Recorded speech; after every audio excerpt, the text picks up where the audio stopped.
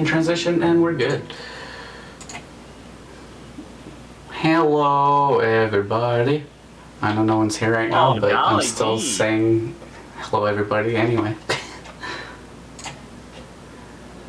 Oh my goodness, I have to make sure I have the bestest avatar stream person at the bottom of the thing. I like this lady, whoever she is. She's like super techno. Ah, right. Yeah, it's from Scott Pilgrim, the game. Oh, so fancy. If you notice, I also added... get distracted with this, I swear. Yeah, it's fine. We got time. Yeah. Oh, if you also notice, I actually added in sound alerts. There's even a random sound button at the last page. Random sound button? Yeah. Last page? Of sound alerts, yeah. I want to... It's on the sound alerts. Last page. Random sound. It's the only one on the last page. Sound, I was looking on the... Oh, that is a random sound. It just plays whatever's added onto the board, but wow, thanks for that bonk. There's a bonk. Ha! The power. The power of bonk.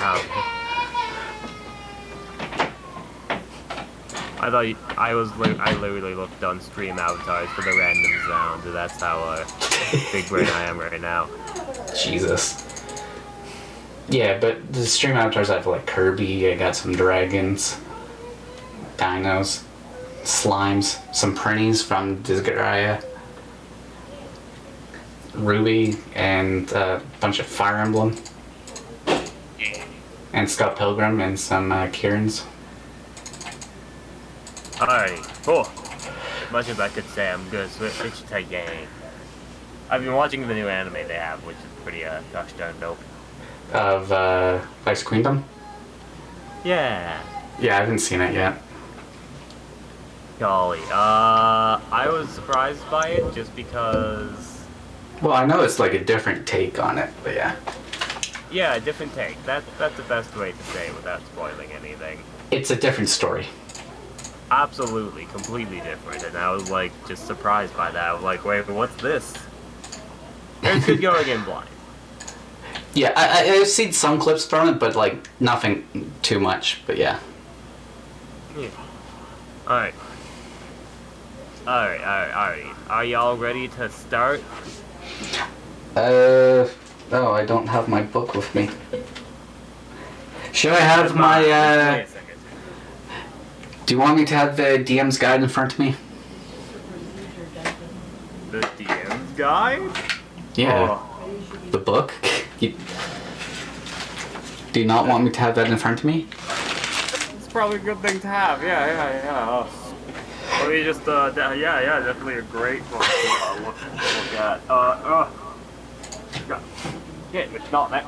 I actually pulled it out from the storage. Where? What? Where is it? Yeah. Totally right now. Let's. Yes. DM's guide. So. I'm looking. Wait, hold on. Okay. Oh, you're still looking for it. Perfect. Yeah. I do not need to search myself. No. Alright, I got it. I hit my mic, but I got it. I had to pull it off my bookshelf. What?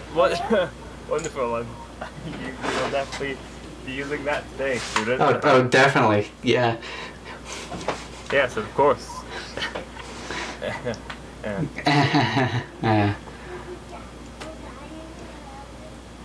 You'd never know. Well, first...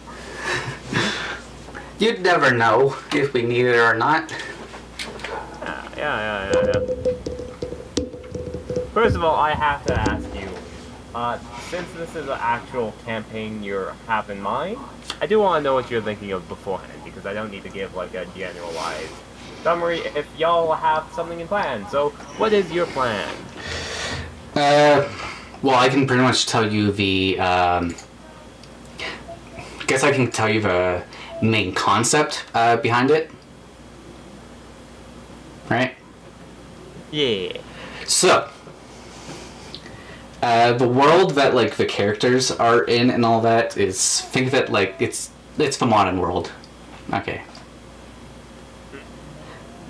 Yeah, it's like modern world.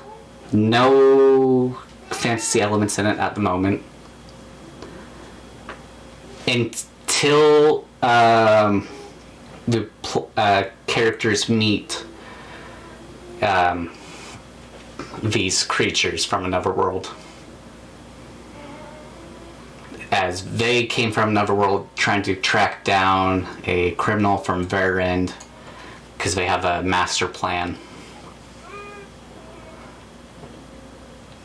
that involves some, the worlds kind of merging.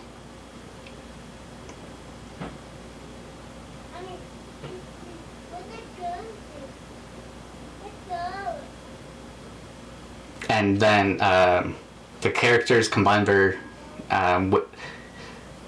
gain abilities, I should say, from these creatures, and they become some kind of like a magical girl / magical beings in a sense.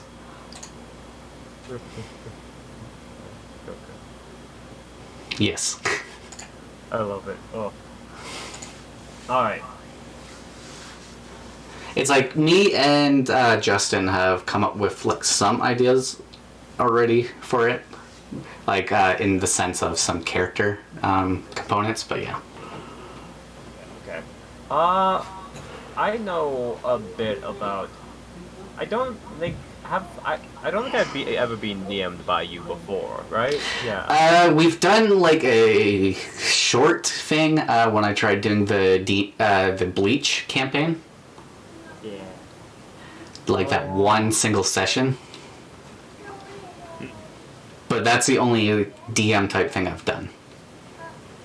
Yeah, and that was way too long ago to fully remember. So Oh yeah, that was going years in ago. for like, not sure how y'all are going to be DMing. So honestly, it depends on your type. You probably won't be able to follow exactly what I do, but in a general sense of things, I like to focus heavily on the characters. In my mind, it's a lot funner to have a story based around people's characters. You have this whole storyline about, magical girl familiars trapping down the antagonist and doing all that stuff. As that's good, that has an end goal, that has a way this campaign is ending and where it's quote-unquote headed off to. The one thing, though, well, if the characters are super into the whole magical girl thing, and that's one of the defining character traits, then that story will be perfectly fine. But there is something that I want to have you keep in mind, which is how can the player characters have their stories be fulfilled throughout this. That is one thing that I think is important. I made this mistake earlier, like the most recent You Die in the game, I like kind of neglected my characters for the sake of story because there's a lot of new characters being introduced and follow the rest of the story thread. But like having a story where it's following what the characters want to do, that's always good. Of course, you can't actually determine this now because you don't know the players and they don't have characters and all that stuff. But the thing you can choose, and that will affect the characters, is the tone. It is magical girls, but that magical girl genre has a lot of different genres within it. There is the tone that you present to the players and the actual tone of the game, which should be pretty similar, but I would say keep it the same. Don't be it's gonna be a cutesy, happy-go-lucky thing, and then turn a 180 degree and start killing the characters off. Make sure they have some sort of expectation if it's gonna go dark. Aw, so you don't want me to do a Madoka Magica? Doing a Madoka Magica is a wonderful thing. You can absolutely do it and like surprise your players. But in my mind, that is something I don't know if it's gonna work out. That is a gamble of like, oh yeah, it could be really cool. But especially if you're asking me to help you, not for your first time. No. No, I wasn't gonna do that anyway. Yeah. Not to that extreme, at least.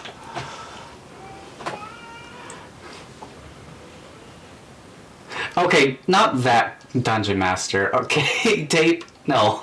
I didn't understand what you meant, tape, until you replied to Dweller. I went over my head completely. Yep, it's safe. It's safe. Don't worry. Totally. We're doing totally Magical safe. Girl. Okay, wording. Phrasing. Did I say something wrong? You said doing magical girls.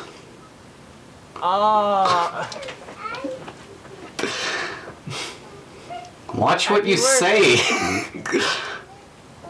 My bad. I get it. You're right.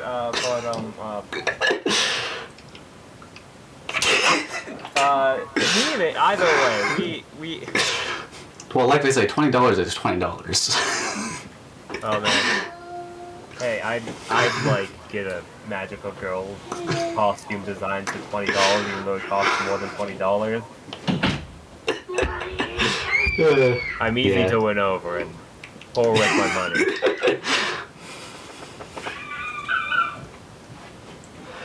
But yeah, right. What flavor? Do you want them dark and gritty? Do you want the blood to be pouring out of everyone's wounds as they blast heart waves at people? Or do you want it to be a light, fluffy, death is not a worry, and more flavor, combat? I think it more would be like between the dark and the fluffy. I think it'd be more like in the middle, a bit more grounded with some lightheartedness. Grounded with lightheartedness. That's probably one of the hardest ones to do. Like, you know what I mean, yeah. Grounded with lightheartedness. Like, that is a hard one because I know, like, I might add some dark elements to it, or like some twists and turns here or there, but I don't imagine it be too like gory. So kind of like a combat, there's guts and bruises, you pretty much do a regular combat. Death is still on the table. Yes. But yeah, like, the violence is not explicit, per se. PG-13 probably is where you're going with it. Yeah, you know, just the classic... Yeah, classic D&D type stuff. Not heavily... Yeah. Alright. I could see being like having one of those cutesy games be fun to do actually, but at the same time. Alright. Middle ground. Sorry.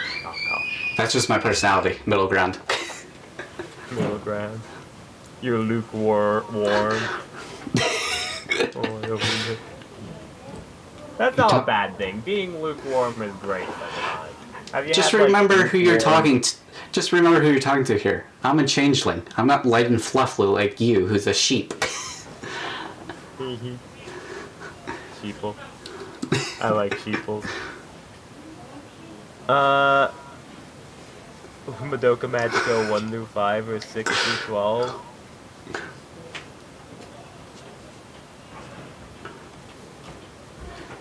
It got dark after 5, right? What episode does Madoka Magica turn Madoka Magica? Wasn't that like episode 3? Okay. Yeah, softcore.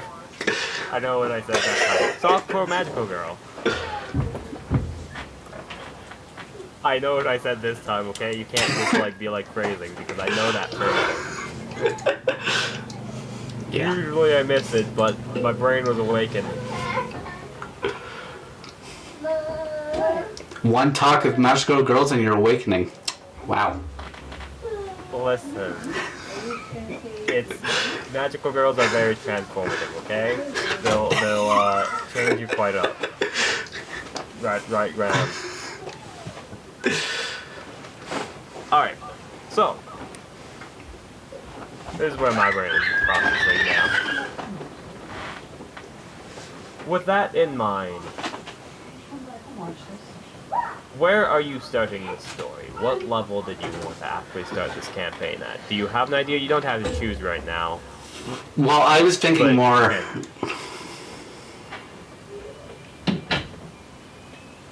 Look back on topic.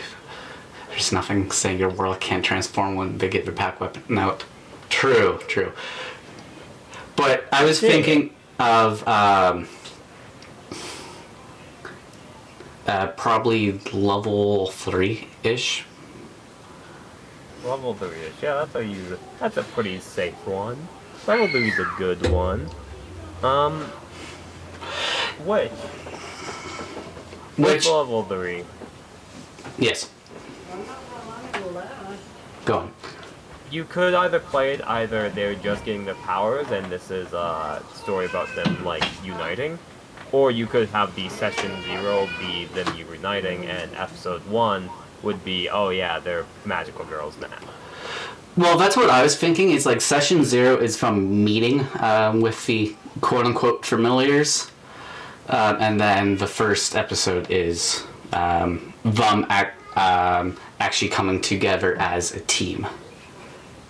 And that's where it starts.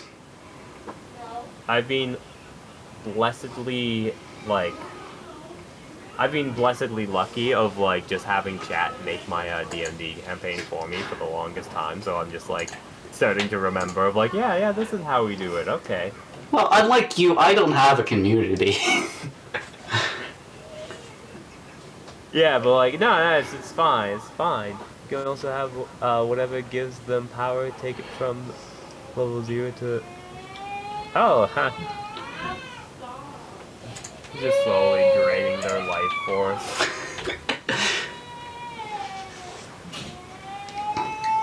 Yeah. Oh no, giving them life force. Oh, I read that backwards. Yeah. No, had to fight right after they get past. Yeah. Yeah. Well, that's nice. Where like it is just a matter of they get granted power and they can do it. And that can have some fun. I've thought of some flavoring for like stuff like that already.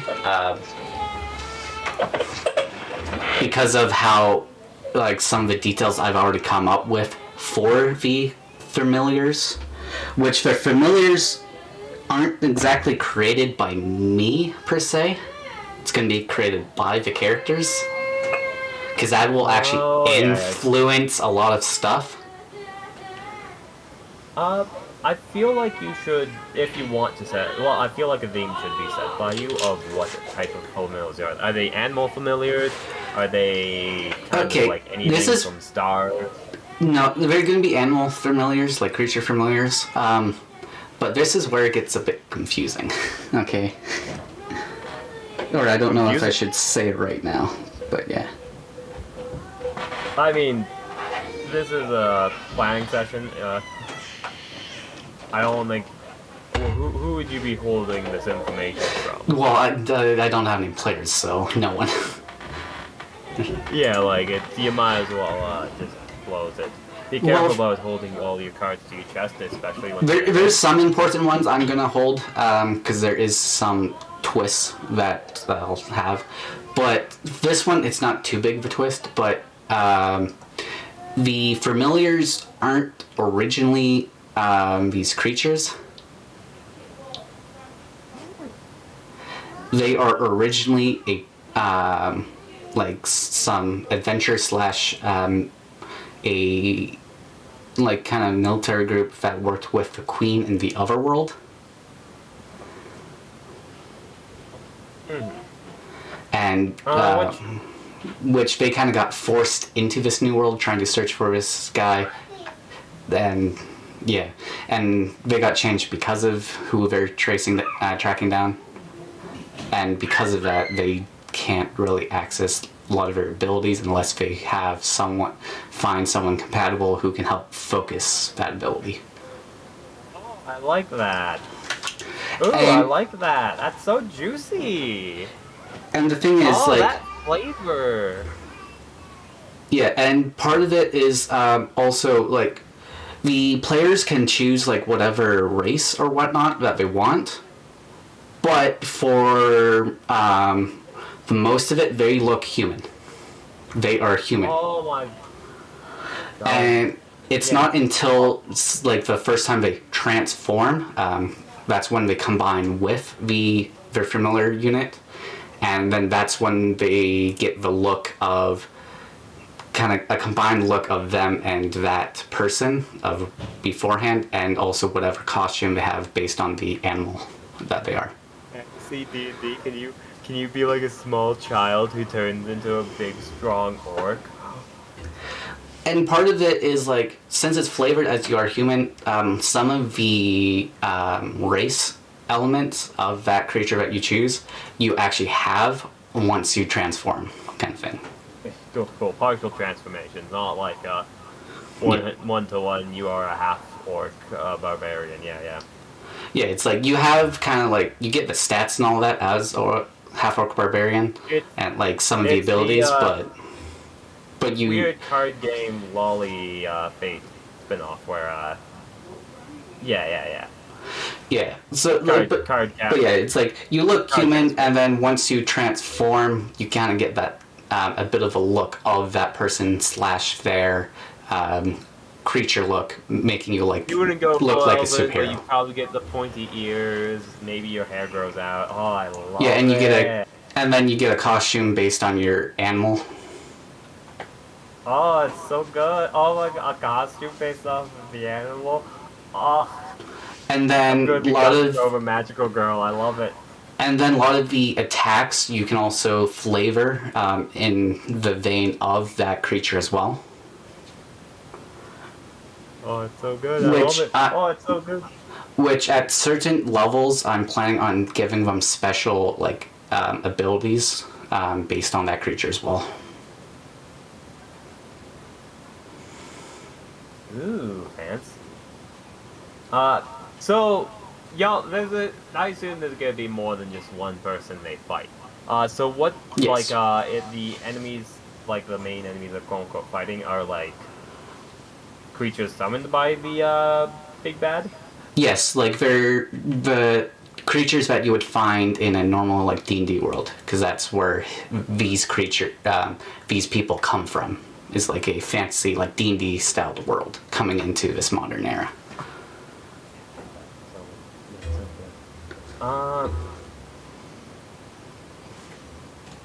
So that seems good. There is the concept. This sounds like it has a very solid story idea. It goes from Yeah, that's where my Starting problem point. comes in line. That's where my problem comes in line. I'm good at coming up like with a story situation, but it's converting it into a gameplay aspect is the hard part. Yeah. So essentially, you might want to like write this down. I'm not gonna write this down. Well, I might end up writing it down for you, but like at the same time, I'm also. I don't want to write it down for you. I want you to get the practice of writing it down and stuff. Y'all have the beginning, middle, and end of the campaign, essentially. There can be as many shift points in the middle of the campaign as you want, but the beginning is meeting the familiars, is the session 0. Session 1 would be potentially fighting a big bad if you want. Yeah, because that's when some like meeting like team and like some of this like some story, and then a big fight.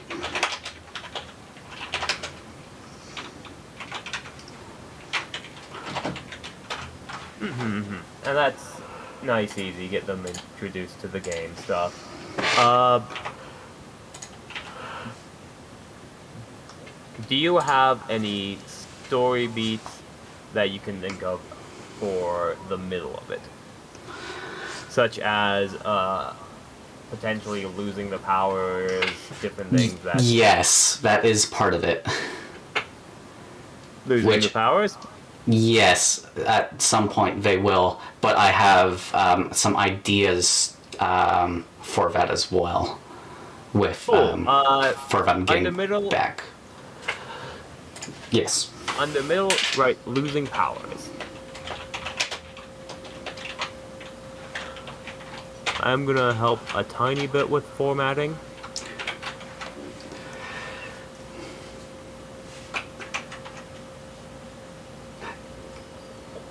Then, like, one idea I have, which I'm not sure about, is having a second group of people, but them being from the other world.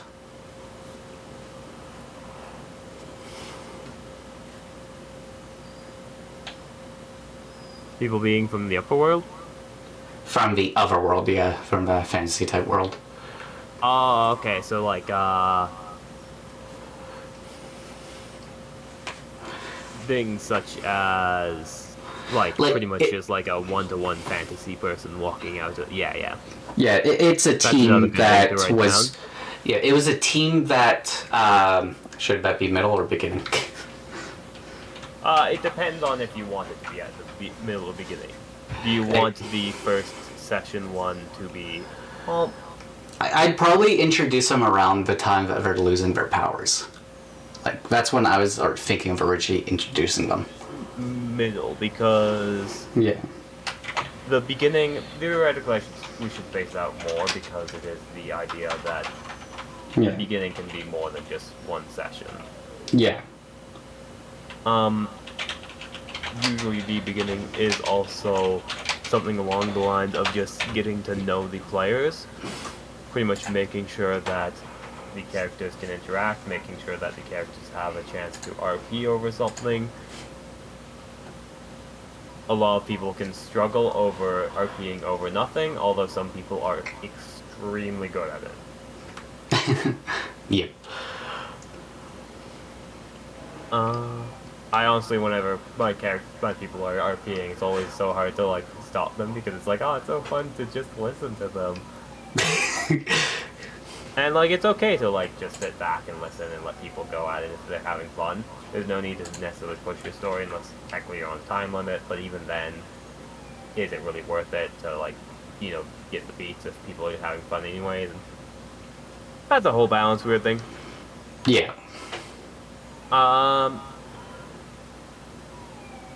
Ending, do you want, like, I assume they're gonna catch the bad guy, save the day, essentially. To a degree, yeah. Yeah, the ending can change based off players and stuff. Well, there's that, and also there is a thing that they won't be able to complete per se, but yeah. Voice actor, maybe. Well, it's just a thing that would be hard to kind of reverse type thing, but also helps me continue into a campaign after. Yes, I see. Alright. Plus, there's another thing. Don't need to worry about. Yeah. Like, there's also a big thing with the bad guy, too, which isn't completely the final boss, which is a bit of spoiler, but yeah. Okay.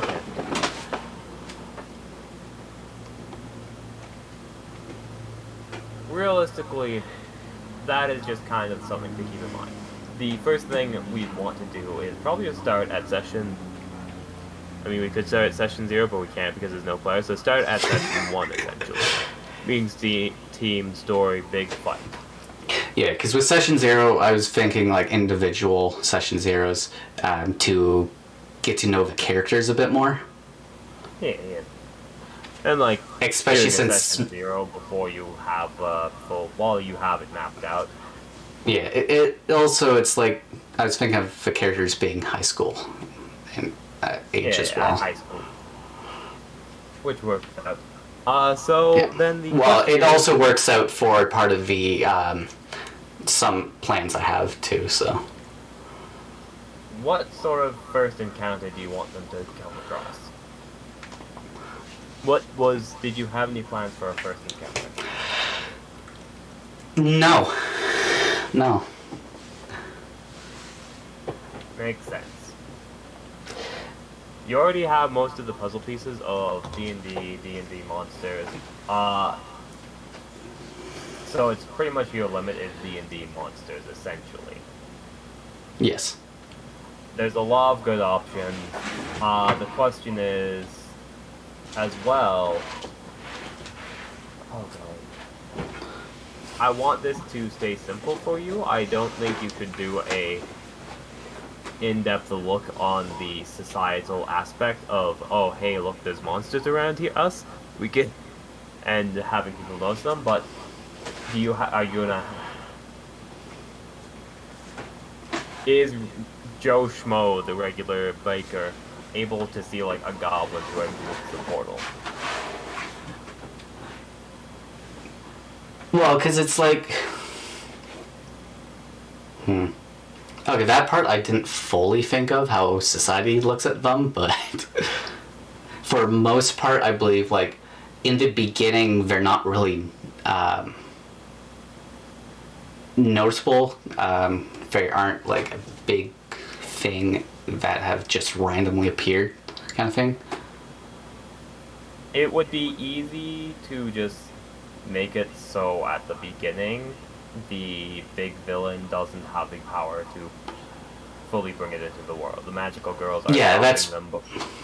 Yeah, that's part of it. Is like in the beginning, like not a lot. Nothing major, big, or anything like that is going to be coming in because of some power issues. Are people going to be able to see it though? Are the magical girls going to be transforming and people being like, oh wow, look at those magical girls, or when they transform, do people just lose sight of them because yada yada, people can't see magical girls because they are currently fighting creatures that are fantasy and don't exist in the world, yada yada. I'd think like in the beginning, since the world itself isn't accustomed to magic, most people won't be able to see it. Cool. Because you'll have to just get good explanations on all that stuff. Yeah, well, I already have an idea of why, but yeah. Yeah, you're keeping it vague. You have them secret DM stuff. Well, like I mentioned, the world that they are in isn't a magical world at all, but the world that the creatures are coming from is. And like I said, there is a merging that's happening. And that's where it comes from. But I'd say since most people at the moment aren't magically inclined, the world itself is kind of hiding it from the eyes of people who can't fathom the magic kind of thing. Yeah. The world itself is saying, hey, this isn't natural, I'm just going to hide it away.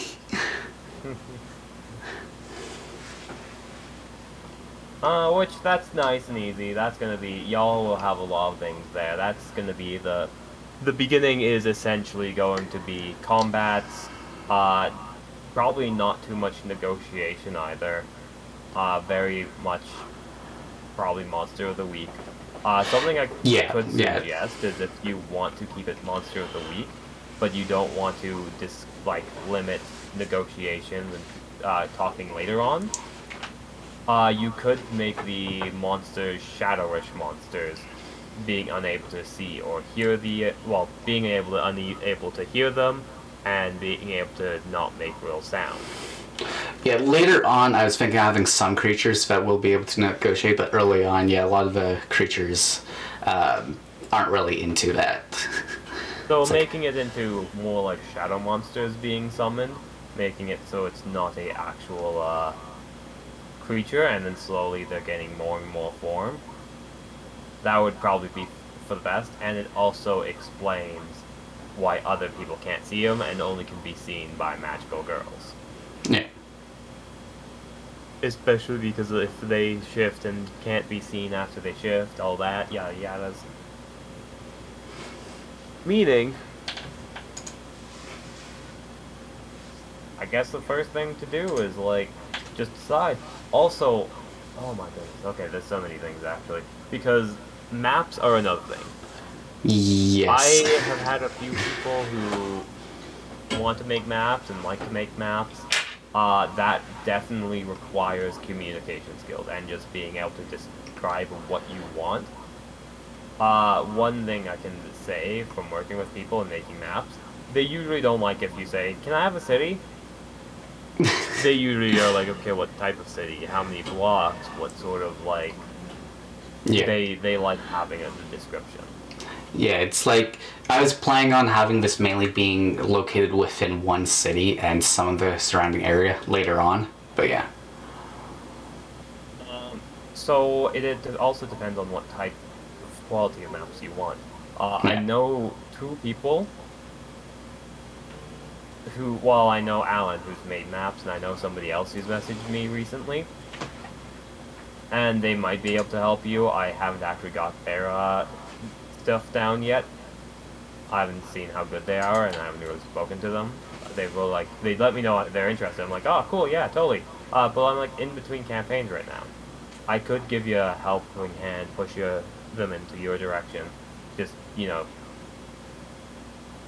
my suggestion is make sure you can communicate properly, and if you think you can't, you can also still do the stick figure maps as well. Which even those I'm not good at. Descriptions and those stick figure maps I'm not that greatest with. Yeah, which maps are easy to pawn off on other people. I say easy, but you have to have the right connections and know somebody who can make them. I'm not the type to help make them. I pawn off all my work on other people. Descriptions, that's what I usually do. You might want to get practice on. Yeah. How is your improv skills?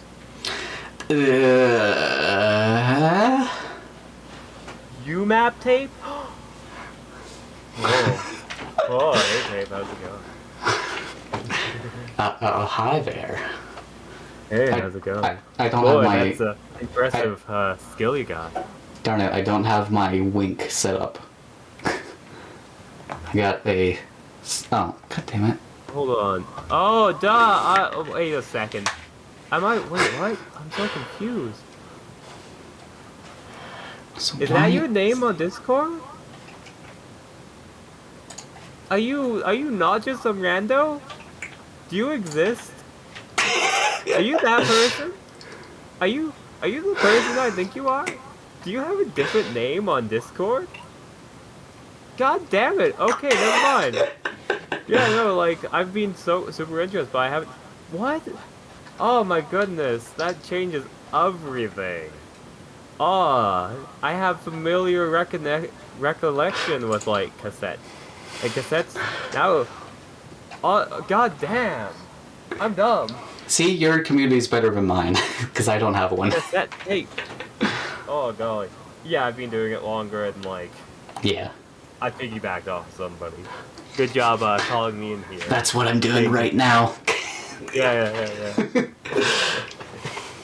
That's how you do it, don't worry. Oh, thanks for the follow. Oh, I don't... Oh. 1 second. No. God damn it. The alerts aren't set up on this screen.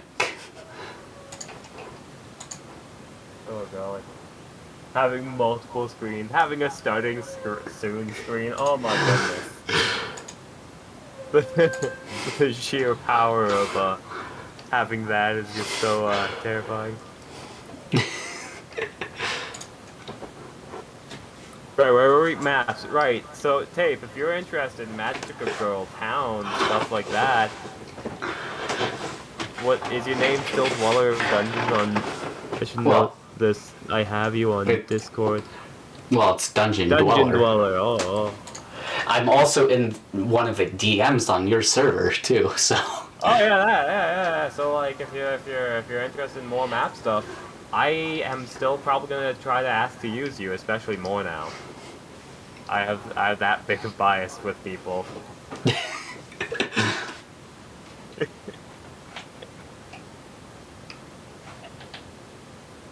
I feel dumb right now.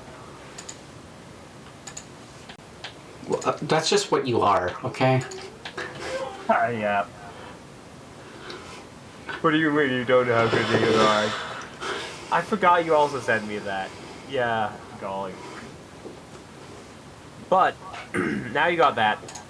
Improv and descriptors. Yeah. Out of curiosity, because I know this changes for people, how do you do you have a memory or can you conjure an image in your mind? Are you able to picture something perfectly, or how does your picturing of brain sauce work?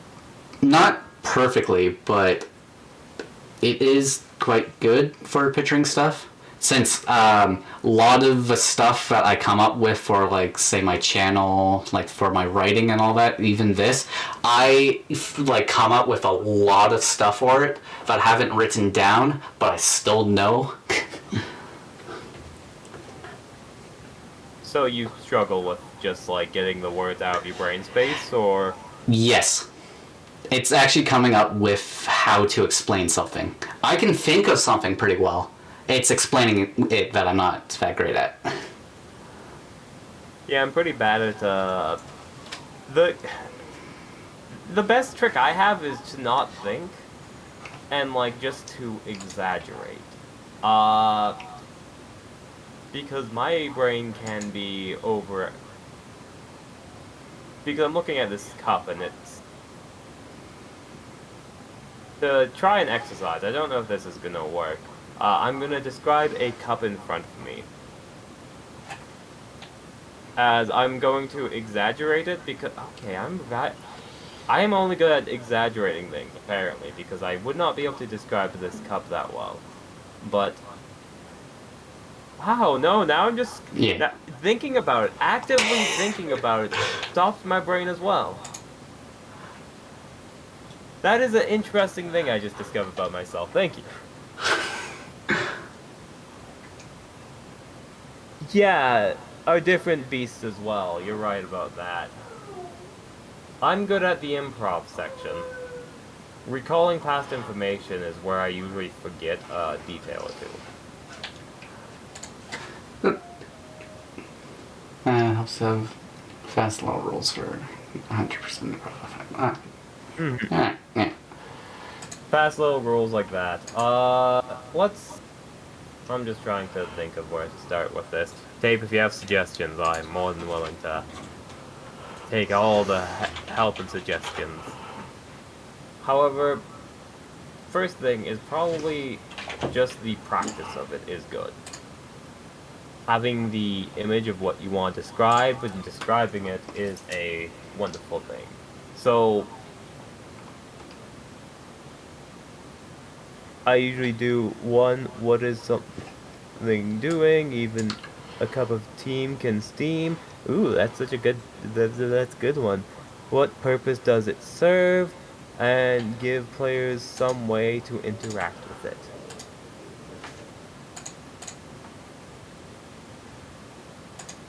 Thank you for our new teacher. I mean, what?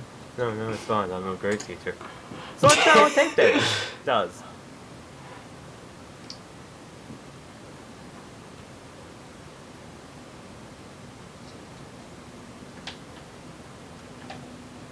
I don't know if you just... Can. Okay, yeah. Because we don't have a starting point, random D&D monster. We will try and find the random D&D monster for the very first session. A random monster. And to help... Do you want me to grab my monster manual? sure. I was just gonna see if there's a D&D Monster Generator online. Well, that's one thing I was looking at too. So yeah, you can go ahead. Go ahead. Generator. Generator. Generator. Generator. 1 hit dice. We'll do something like 4 hit dice. 4 hit dice has a lot of things I don't know what they are. What the heck is a Nightfall Corpse? Thundermaw Beast. What's a Thundermaw Beast? There's so many cool stuff. Okay, I'm gonna give up on this idea. There's so many just different D&D monsters I have no clue about.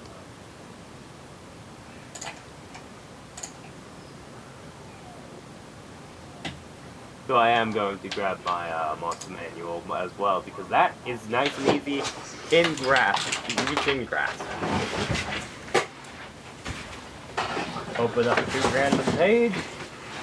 And I got dragon. Ooh, nope, not that. Monster manual. Flesh golem at level 3 is too much? Huh. Let me open up Kobold Fight Club. That's how I usually see if things are balanced.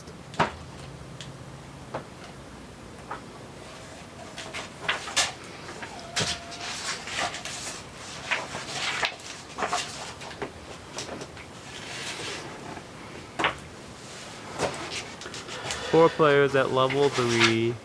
What about goblins in a jewelry store? Goblins in a jewelry store? Yeah. Well, perfect. That's pretty simple, basic. So, And makes sense. The goblins are trying to steal some jewelry. Describe people approaching the goblins. How would you describe it? Described from approaching them. Do you want me to use the shadow figure type thing before they transform, or? Sure, that sounds that is up to you. That's a you call. That's a me call.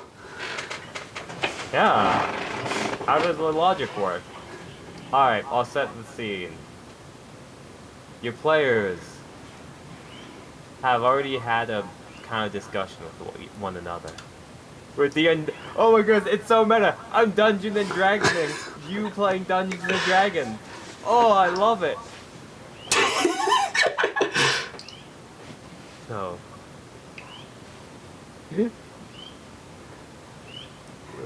Always describe the monsters last, otherwise they won't hear any other details. That's a good call. I like it. Alright, so as you sit down. Oh, 1 second. Give me a second, someone knocked on my door. I think my roommate wants to talk. Don't leave me.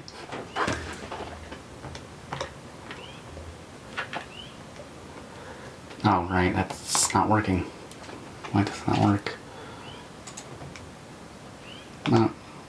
Apologies, I have returned. Alrighty, so What's that broken? your campaign has got started off. There have been a few hiccups, but things are still on track. You have 4 of your companions sitting in the room with you, because for some reason this is an in-person game now. They've been rowdy and eating chips, laid across the table, all disorderly. Multiple bowls laid out for different flavors. As they have finished their introductions, and now they've been whisked away to the compound. You've given them an opportunity to decide, do you wish to go in stealthily around the back, or many other options. But they decided to go walking straight up. They're currently in their civilian clothes. How do you describe to your players the situation they see coming straight from the street? after they walked in, or from just outside? From the street. So they have said, let's just go straight in. Yeah, let's go straight in. That sounds great. That's a wonderful idea. You don't need to be sarcastic, I know, but like, come on. Okay, no, you know what? Let's do it. We might as well just go straight in. Alright, we go straight in. What do you do?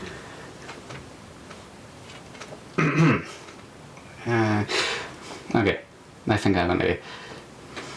As you walk in, you see display cases that hold jewelry smashed. Pieces of glass on the floor, with some loose pieces of jewelry here and there. And then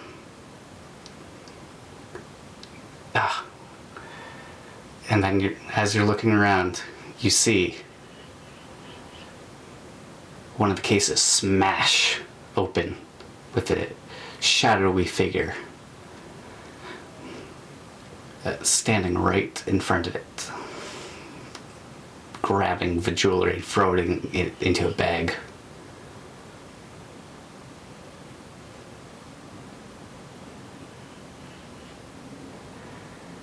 Something that doesn't seem of this world.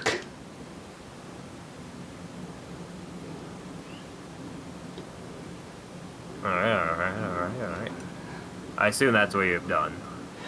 That's what I can think of at the moment, because I don't know how I want to add some other stuff in. Yeah. That's what I just have at the moment, yeah. You got the not bad of approval from Tate. Also, hello, another random dude.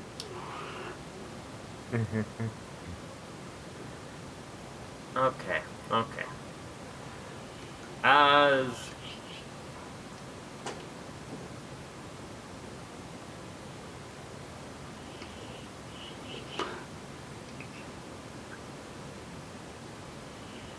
Do you know where the players are standing right now in your brain space map space?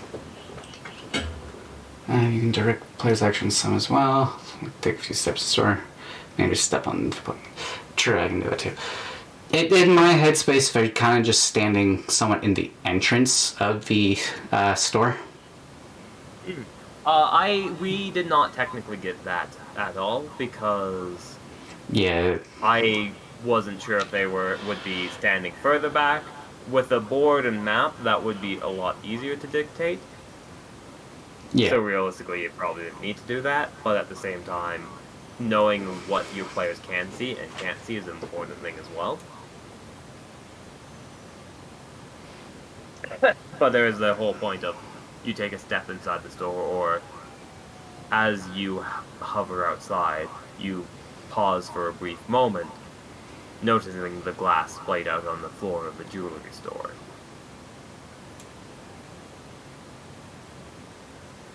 Small little things of details, which I personally am bad at remembering at the time.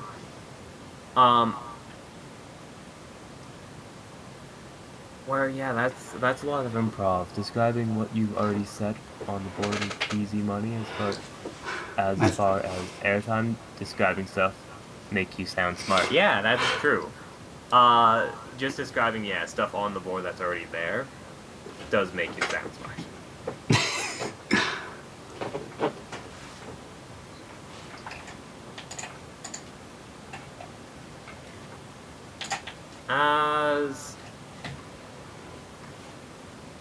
I think you just need the practice, because I noticed there's, like, obviously sometimes you pause and you seem to be somewhat uncertain, but that's just goes away with practice. You just need to have that experience with doing that. And usually the best thing to do is to play. You know how to think of it, you know you aren't just completely freezing, which is good.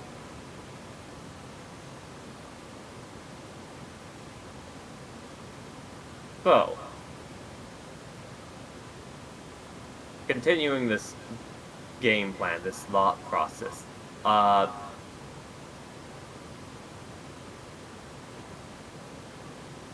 would you describe one of the players at your table decides that they want to see if it's like can be interacted with, and they aren't sure if it's going to be interacted with.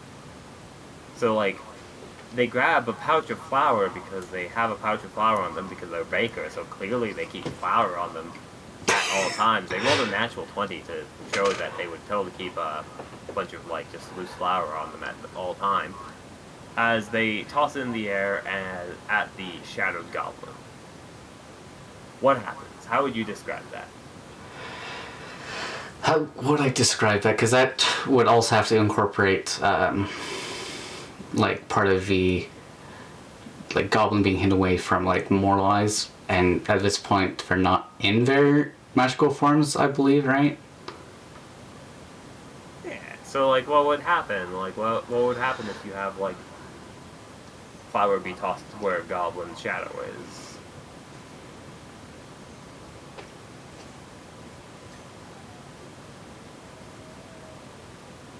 Would it not depend on the campaign tone? Like, if it was the real cool versus serious campaign?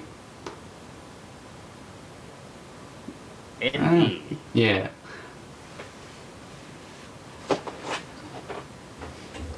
And what is the tone?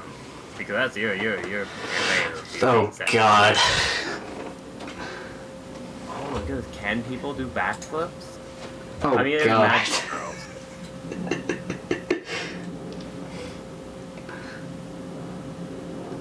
Okay, with a backflip thing, that I think that depends on the character per se. Yeah. Like Tape says, I think we're talking about two different things here: what to roll and what to role play. Yeah, not that. But what would happen with a flower?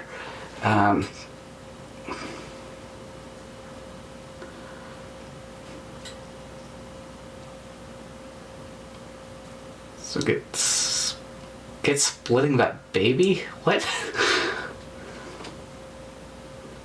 But yeah, with the flower.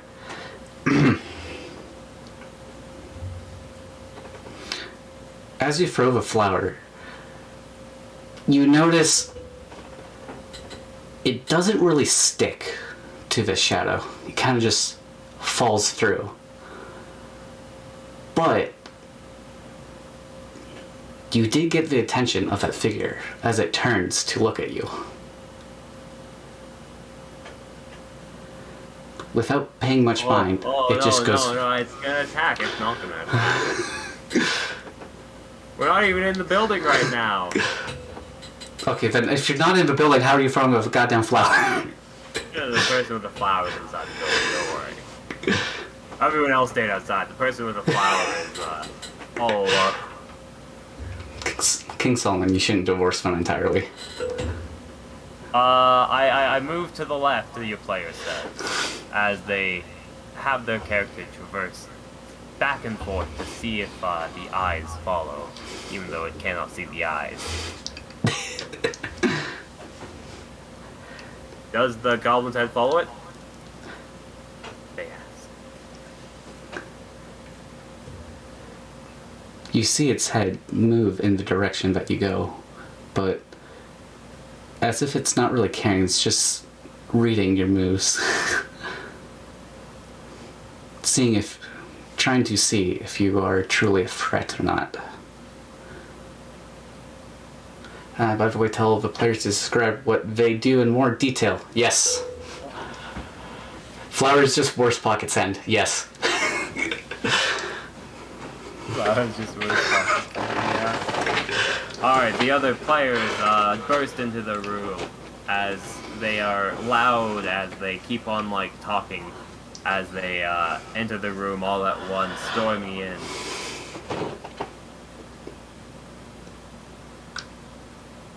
One heads for, like, a table to, like, start trying to put the jewelry back in. The other one seems to be trying to drag their friend who's running back and forth out outside the room. And the other one seems to walk straight up to the shadow.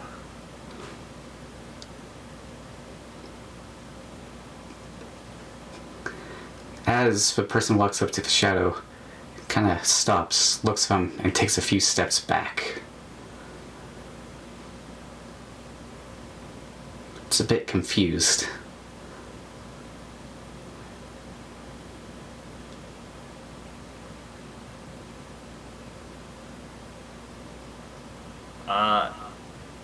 As one of them have decided to transform, the one that's putting away jewelry. So the one that's been with jewelry is transforming. Yes.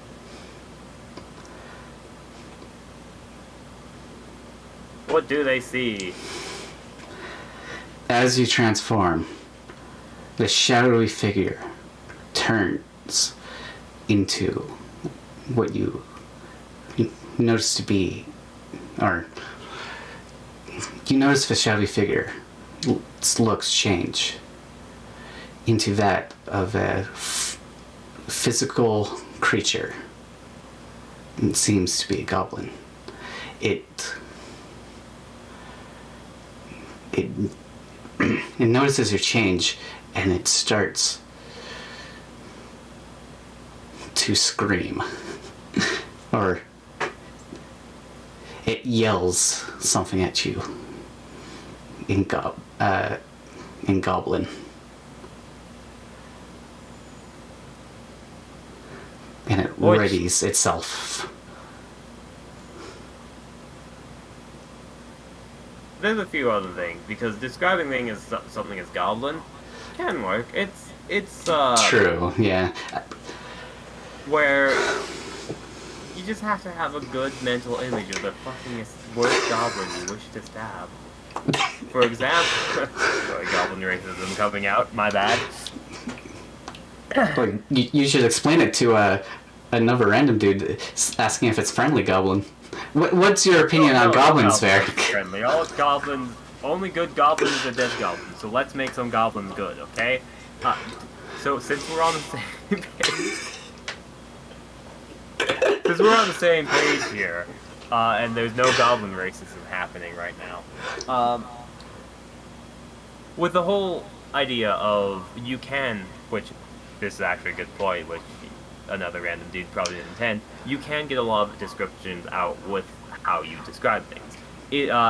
For example, as the form starts to coalesce, you notice that the shadows almost seem to deepen into a physical form, into a small goblinoid.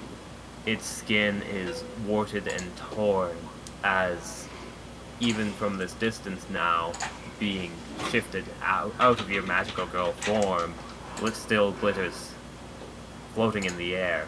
You can smell its breath.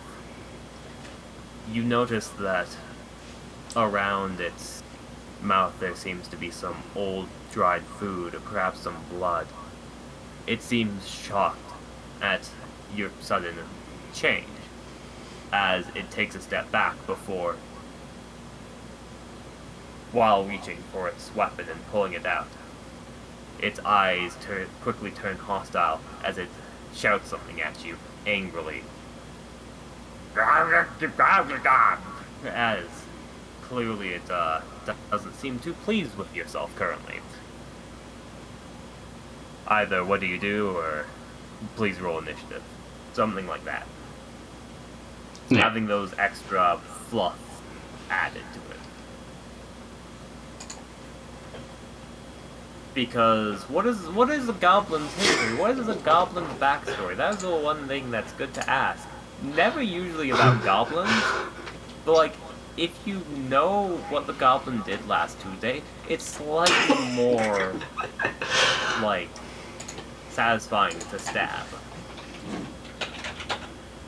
And then if it doesn't have anything, if it's a being formed from the nothingness, then there can be interesting things with that. Although this goblin seems horrid and putrid, the clothes seem pristine, almost untouched, with maybe by only a shard of glass that it had broken. Knowing the history of things, even if you're describing them and even if they're like cannon fodder, can add to the descriptions if you want. You can also intentionally leave it vague. Like, it is a goblin, but is it a putrid goblin? Is it a jolly goblin? Is it a goblin that's shrunk down and huddled over, looking suspicious, big, strong, stuff like that.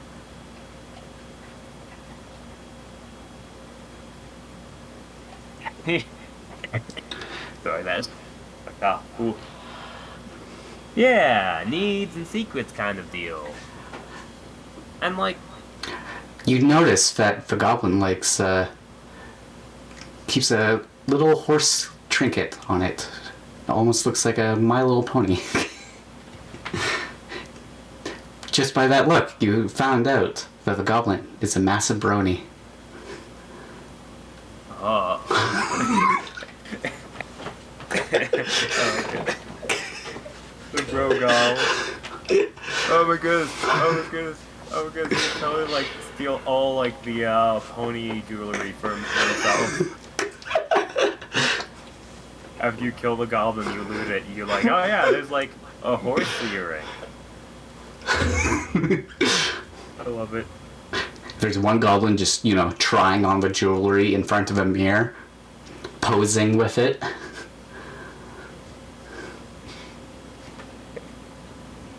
Oh yeah. And like when you actually have a map and you have like a set number of goblins, that's always useful. Yeah. I like having on Roll20. I like having the notes on the tokens usually of like.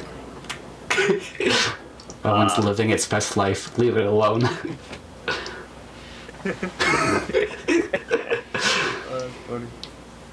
And like, you have that. There's a careful line to walk of like making something too relatable like that.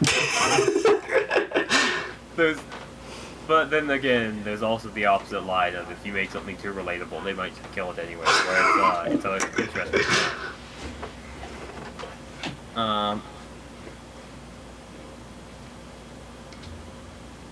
Which having notes on the characters is good. I have had notes where it's like, this is Greg. Greg is sneaky rogue stab. Jeff, looking after Greg.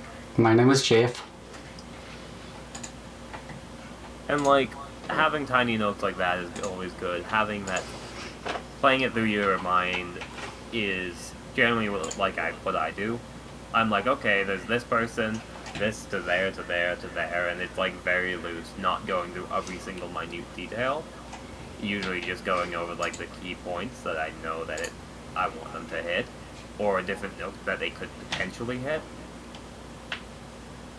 Yeah. Which I find it really hard to start designing an encounter if I don't have the map. Yeah.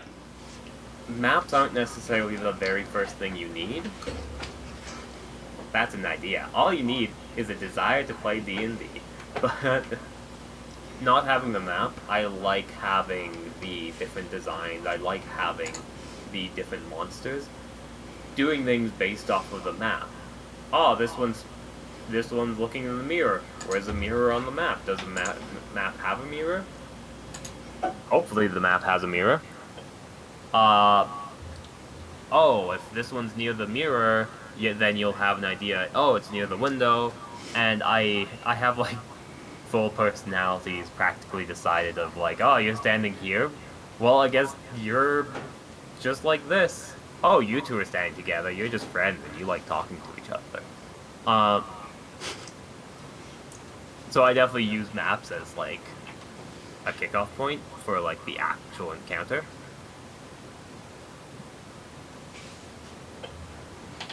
Yeah, that helps with visualization as well.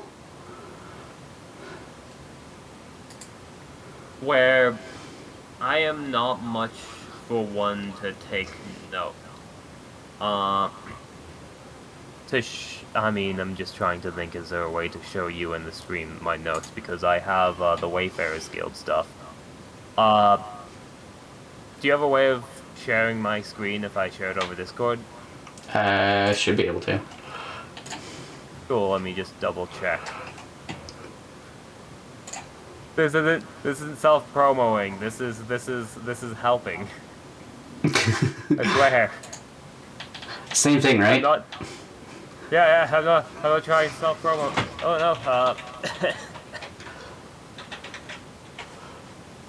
Oh yeah, shit. I'm just gonna nothing embarrassing in the things. Gonna close a few things. There we go. I can't look at the stream now. Oh no, I'm trapped.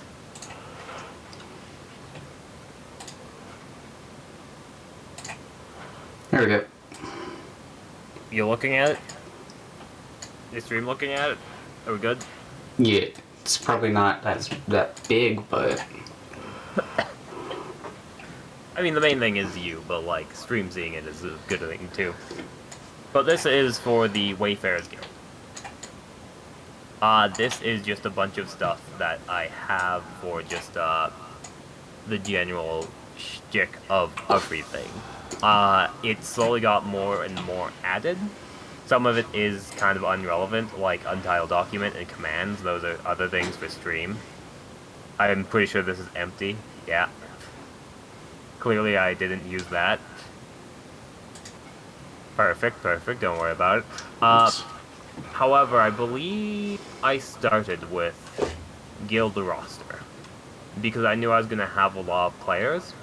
I have all of this to just say, okay, there's this, and this was to help with the players. That was my original intent. It ended up to just being the place where I store this link to do the time things. This turned out completely 90% useless, especially because I stopped like updating this. But it was something good to have at the beginning, because I thought I wouldn't need this knowledge, I thought I not wanted it, but I did not need it or want it. Slowly I just added more things. Whenever I needed it, I just added a new application so it wouldn't just sit on one Google document. Wayfarers lore, just lore, treasury, all that stuff. I believe Quest is gonna be a good one to look at. Right side. Second one down. Thank you. This is the general thing of what I wrote for Quest, because it's quest-based things. I have a bunch of things. And that is, Grandmother Durfuk has gone missing again. You think she wandered off and needing help finding her. There's also been a series of mysterious happenings around the house. Each cup moves while not looking. Food disappears. And like, I just have a general description. I don't have much of these designed. And those things, well, no, I have... Okay, yeah. Luckily, you don't need to do this. So this in itself, it can be useful, but it's also not very useful for you. Okay. So I'm just remembering, it's been a while. I haven't done Wayfarers for a while. I've been doing Everyone Plays. Yeah, no, I guess most of my stuff is done on Roll20, because on Roll20 is when I essentially put a map down. My whole process is, I have an idea, such as the grandmother one. I say, if my players are doing grandmother one, I'll be like, yeah, we're doing the grandmother one. That's nice and easy. Granny Doo, where are you? Huh? It's a Scooby-Doo reference. I'll see the location, I'll make the location, and then I'll do everything around that. Oh yeah, when they arrive, this is gonna happen, I'm gonna need to have these NPCs ready. I know what NPCs, what tokens I need, I get the tokens down, and it's really just building around what you have and what you need. If I need tokens, I'll go out and grab tokens. It's really the map that's, yeah, I really get, like, stuck up on the maps of, like, needing to do them. Because I remember specifically waiting for just different maps and stuff. I tried to have secret DM quest info stuff, but honestly, I don't keep up with it. As you can see, escaping the guards, I kind of just gave up on. I do not like writing. I am an improv person. Give me a second, because I think I will get to...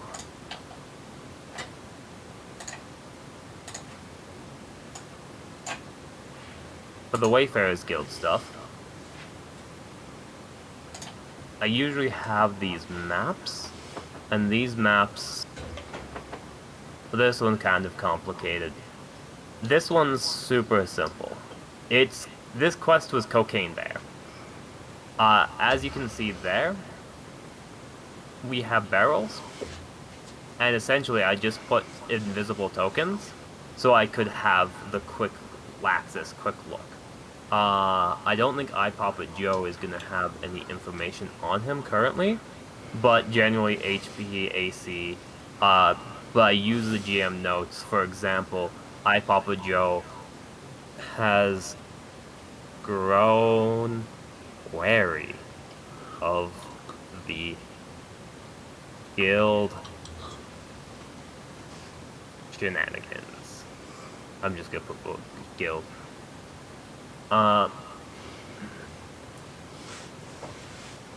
Baking supplies such as flour, milk, vinegar, egg, which honestly I did not remember what was in here. Different potions, different things they can loot, and all that stuff. And I did have a bear in here, but the bear is dead. I deleted the bear, I think. No, the bear was carried off and then I deleted it. And it's pretty much once you have a map or once you are designing the map, you can start doing things like that, if that makes sense.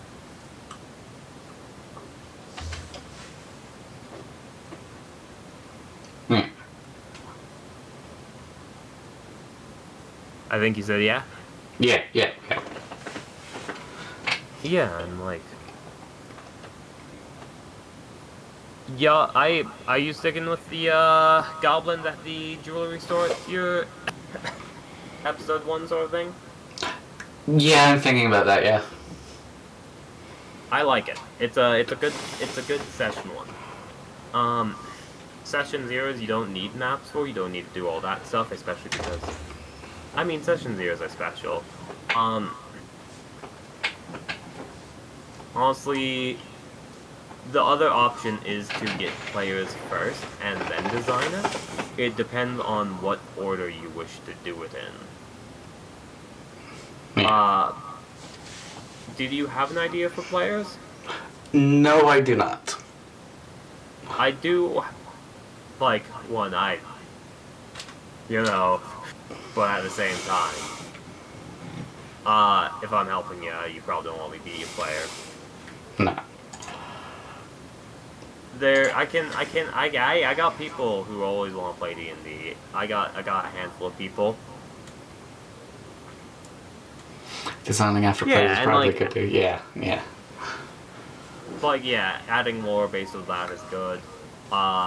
Instead of a jewelry store, if someone says, hey, I'm a rich, noble-esque person, and my family owns a clothing store, you can make it more personal to them, stuff like that. Sure, yeah. Player-wise, I do have my own Discord that can like do the at everyone. Hey yo, friendo's looking for people to join game. Do people want to join? Send Dweller a message.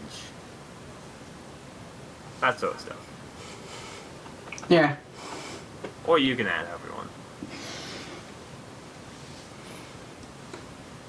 Yay? Nay? It doesn't... I think it doesn't really matter who, but yeah. Do you vet players before letting them in? Vet them?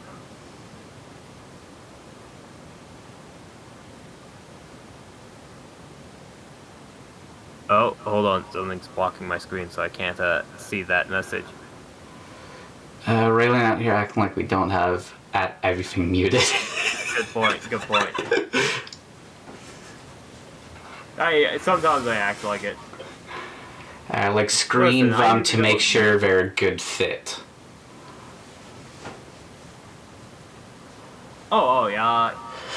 Yeah, that's a good thing. Oh, Yeah. you should do that. I think everyone on my Discord, because I'm still small, is you're gonna be fine from picking from. But yeah, definitely still meet them, still talk to them. Make sure. I've gotten real lucky with everyone I've gotten, like, introduced to my games, especially the everyone plays D&D, where, like, I just let randos join. I've gotten really lucky that people aren't, like, just bad. And, like, I shouldn't test, Destiny like that. Fill out this 3-page questionnaire and get me 3 letters of recommendation. And also the last 4 digits of your credit card and the 3 numbers on the back. Yeah, of course.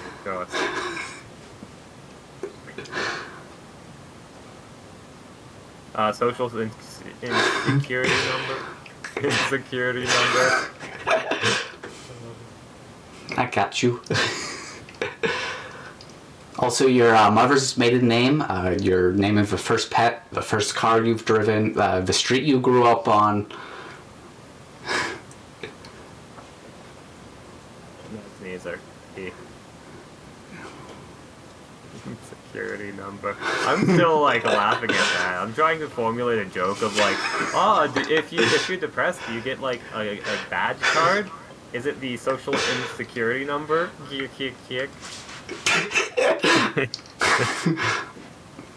Damn, it's expired. Oh no, it's good for another year. No, it's good for Oh, one more year. you pulled that up real quickly. I know you probably did. Maybe. Short intro can be good. I've had sessions here done like that, which is cool. Oh my goodness. Oh, you're making me just want to play D&D. Oh my goodness. Okay. I'm so like I've been invited to an actual D&D game.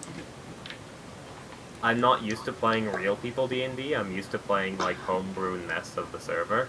So I'm super excited for like an actual D&D game. Do you ask for credit up before or after? I think before. You know, get that deposit in first. It's pay to win. If you don't have the credit card right now, then how are they going to pay to win? Wait. Also, you can probably swap. Yeah, I'm just going to end Cringe. the sharing of screens. I think that's everything I needed to just talk about and show briefly.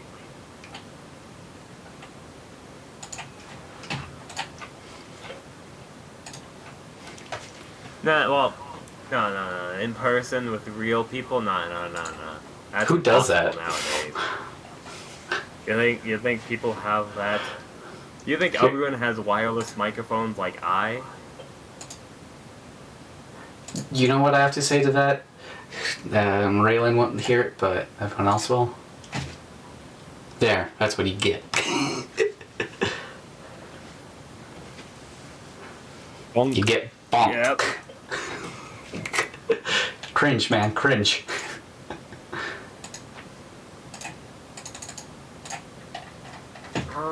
So, the only other thing I'm thinking about is what do we do? Like, because there's a lot of things. It's mainly before you can actually design the first encounter. Y'all need a map. I don't know how to help you if you don't have a map. Oh my god, I totally want to look at that. You put thing on Discord? That's actually a pretty good map. I quite like it. Oh yeah.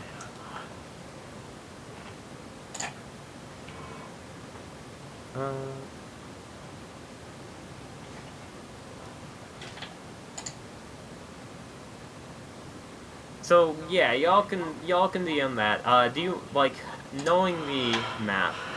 You know it's a jewelry store. I don't know, Tape, do you like a lot of instructions? Or if someone says, oh, jewelry store, are you the type of person who's like, Yes! I know exactly what to do. Or would you want something like a jewelry store, which is like the workers area in the center, surrounded by a bunch of jewelry, the more expensive kind in the center, in a box format, and Because on I'm the fine with walls like there's some display. because I'm fine with like giving a basic idea and then just working with whatever. Or I know I've worked with Alan, right? Yeah. Professor of the Professor Alan, right, ward. And essentially Alan usually likes me drawing maps, like tiny little just stick figure maps.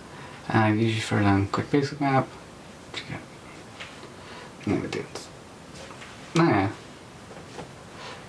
Oh, question for a store. How do you handle inventory?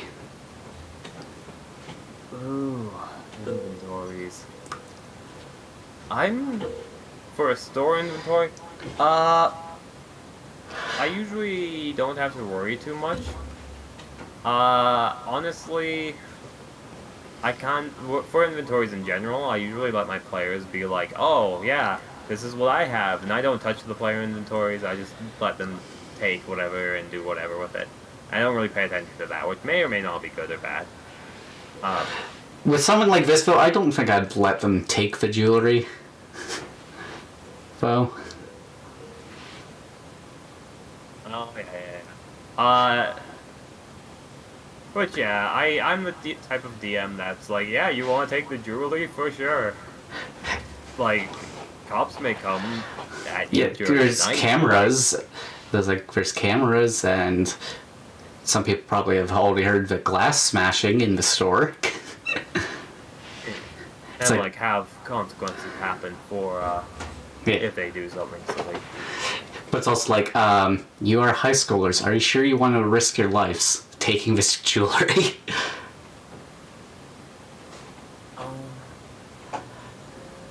But for like buying and selling, I assume that's what you mean. I usually have it based in the whatever you want in the store. I usually know what the players are buying. If a character is going out to browse just to see what there is, honestly, I haven't gotten to a position where they find anything really interesting. Because it also depends on the store, because usually people go to general stores to look for general store stuff. Base book, I usually am just kind of bad with inventories in general, of like, yeah, you get base book stuff. Oh yeah, if you want to buy anything in the base book money, unless you want to try and haggle it down. Yeah. Magical items, I'll usually come up with a few lists of things that there are, but I'm not very great with buy-sell stuff.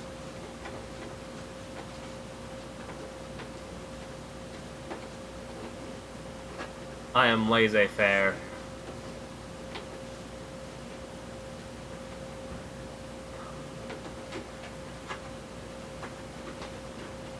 Yeah, because the base book usually has everything that everyone needs, so like... Yeah. Do you know how you'd handle a store shopping, or would you just not do inventory? Because there is one option of, like, not doing inventory. My friend TJ does this, where essentially what he does is he does resource checks of, like, if we want to pull out a flashlight, he'll do a quote-unquote resource check to see if our characters are rich enough and if they were resourceful enough to have it on their person at this current time, sort of thing. And like you can establish, oh yeah, I have this currently. Even for like owning a vehicle, it might be, oh, I do a resource check to see if I have a vehicle or if I have a bike that's working or something like that, or for things that are like, not everything. Some things it's like assumed you'll have, but like having on your person or having a very useful item. That then they'll do a resources check instead of shopping or inventories or anything like that. Thinking it might be like, depending on the item, I'd say probably I'd do like just the resource thing, but for some things I would do actual inventory. For most of it, actual inventory, but for some things, just resource.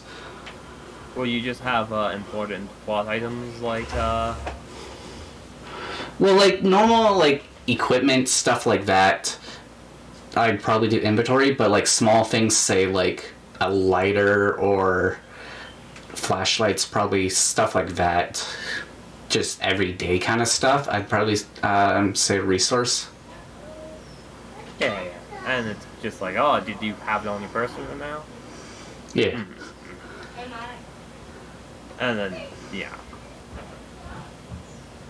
Honestly, the resource check is kind of nice. It works better in like a modern day setting. Yeah. Which that's what I was kind of thinking of doing the research stuff on. It's like for a lot of the modern stuff, and then do the. Give me a moment. I feel like a cough coming on, and that is like feels like it's good for that. So I'm gonna grab a Halls quickly. Ooh. All right.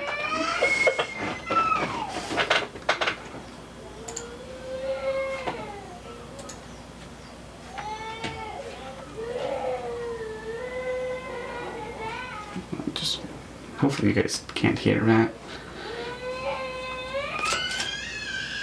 Money. I am gonna just mute for a second.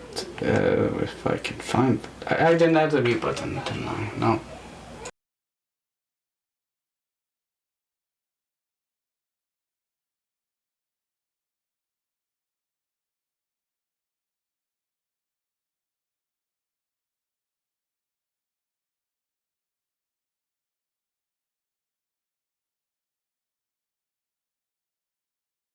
Alright, sorry, I'm back. Oh. Okay, the crime should be stopped for a moment. Oh, you puppers. No, my sister's kids are over. I I did nothing to the baby.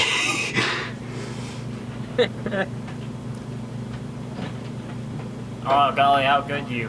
Now you're trying to kill me too? Harsh. Joking on my life. I think that was my nephew, yeah. I think he has trouble sleeping, so.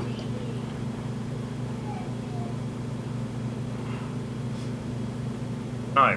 Oh golly. Hi, how's it going?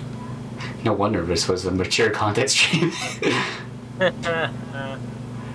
Ooh, you got the boot tops, nice. Oh, I missed the boot off? I'm disappointed in myself.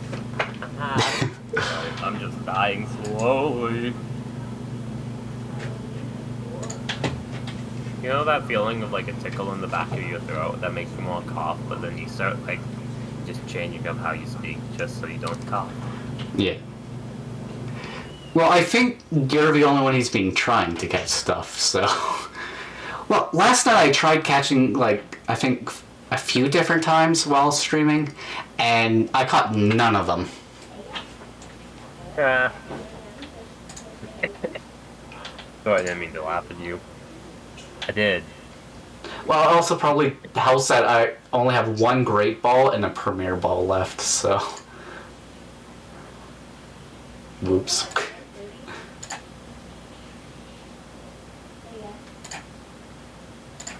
Well, I will stop my stream just like mid-stream to be like, Munchlax, everyone, try and catch it. I need it. So you can tell I'm a great streamer.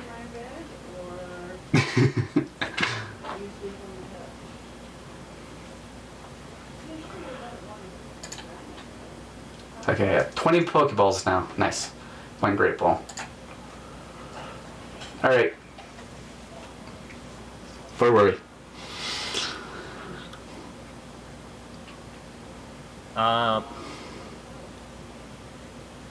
We were pretty much in the segment of we have that eye down. So what you need are players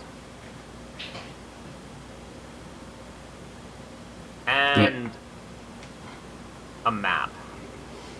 On the map, on the map, on... Map. Dora the map.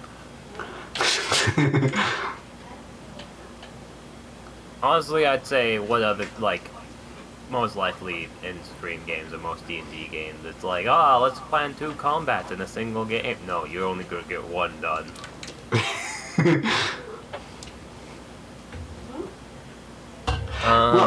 Well, the thing is, it's better to plan 2, but end up only doing 1, then you can just save the other one for later.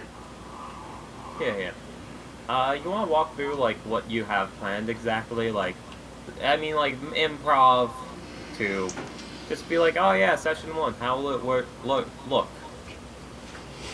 Well, session 1, because I'm still trying to figure out what style of high school I want to do, because I want it to kind of be in the beginning of, like, the first session. It's coming to the end of... they're going to be starting summer vacation soon. Kind of thing, right? But I don't know if I want to do, this would be modern day Julie Stars. Yeah, modern day. But yeah, I didn't know I want to do, like, Western, like we do it, where summer is, like, the end of the school year, or I don't know if I want to do, like, Eastern, like Japan, where it's, like, summer is almost middle of the school year. Mm-hmm. But anyway... Go full peekaboo, I get it. Exactly. But anyway, it's like, session 1 is just right before the start of summer vacation. All of the players get called to a club room, like a classroom, where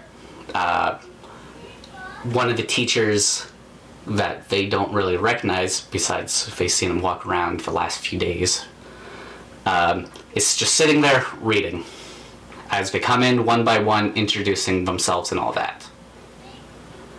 Then once everyone's there, the teacher explains the situation, because it turns out he's not actually a teacher from the school, quote unquote a teacher. Like, he is someone from the overworld who is kind of the leader of the familiars that they got accustomed to, and explains what's going on.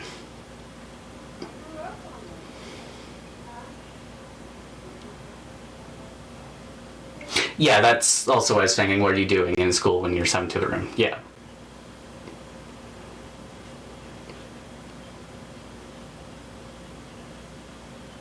Yeah, that works. But yeah, that's what I've gotten so far, and I think, teacher has no chill. Yeah. Oh yeah, totally. Especially since he forces them to join this club, which is a cover for them to, get all these people together to do these vigilantes magical girl stuff. I mean, like, what are these people, 14? Yeah, that's an adult. At least from where he's from, probably. Right? Well, right? high school, like, yeah, between, like, 15 to, like, 17, around there, probably. Well, pass that and helping you right now, because that means I can't be a magical girl! I couldn't be a magical girl! Well, don't have to be all female. You know, that's what my thought, like, oh my goodness. Could you imagine, like, the fun kind of just, like, oh, there's so many things you could do. Why not college or something? Oh, yeah, true. Girl. College, yeah, we can... That works as well. But here's my proposition for you. Don't do it if you don't think you're gonna have fun with it. True. But just go full weep. Do not hold back. Have one of the teachers be like, or like students or something. Just have it full cringe factor weep. Have the beach episode. Have random dude. Valentine's Day and White Day special. Have a Christmas one. Have one of the have somebody be like just, oh my goodness, that's so kawaii, Oh God. No, okay, not that far. But with what Ramden is saying, being flexible, that's kind of a reason why I was thinking it's right at the start of summer vacation.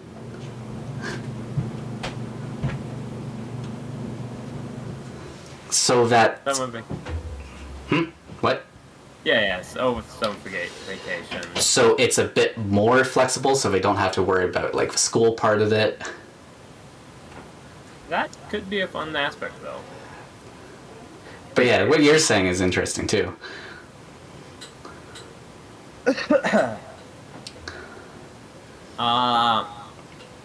College, yeah, college would be better for like, well. But usually when you think of magical girls, you usually think of like middle school to high schoolers. Yeah, and there's a certain level of not wanting to go for full middle school on this. Yeah, no. We gotta have like some like character stuff in it, right? Yeah. You have to be worried That's about Japan what being is Japan. bad, not like what that Jimmy spilled the juice box at Sandra. Yeah. Strange fixation on high school. Oh yeah, it's weird. Oh, it's disturbing once you like think about it for more than 2 seconds. Well, I think it's also due to the fact that there's a lot of readers that are usually in high school, but I think part of it is also the authors like kind of romanticizing their time in high school and all that by creating something in high school. Japan does that. Yeah. That's why you have to go full force and make Weeb Desu One-chan. No, I'm not doing that much weeb. Much Weeb, very wow. But essentially that's also where they're going to get their quest to go to the Yuli store. Raelen, this is what I think of that. Don't make me hit you. Of course you can't hear it. Follow anime tropes or gonna break them? Well, that's more so probably be used now and then as jokes, but for the most part. Yeah, if you're gonna use anime tropes, then do the Japanese one. I like the dramatic, over-the-top anime nonsense. Oh, probably not that much. If I were to just, like, leave you to dry, I could have played your game, and I could have been, like, the most weeb trash anime magical girl ever. Now you're making me glad that you're not a player. What you talking about, yeah? I'd be perfect for that Kawaii Desu game, yeah? You know I have the power to meet you, right?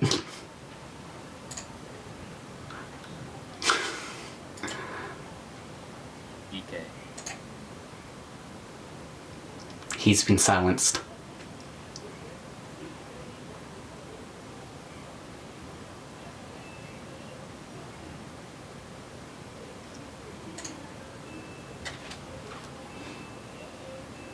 Did it work? Am I actually silenced?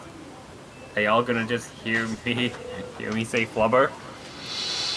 Too bad we can't hear him right now, guys. Oh. Golly. I have all the power. You won't be able to stop me. It's going to my head. It's going to many places. By the way, I can actually see, I can see your screen, like, as a delay, and I see my, Discord icon flashing, so you can't press me. Damn it, it didn't work.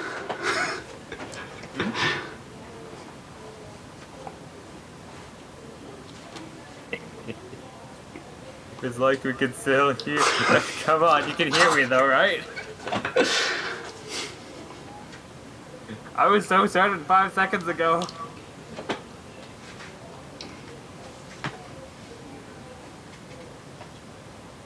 So yeah, moving on to the next portion How would you,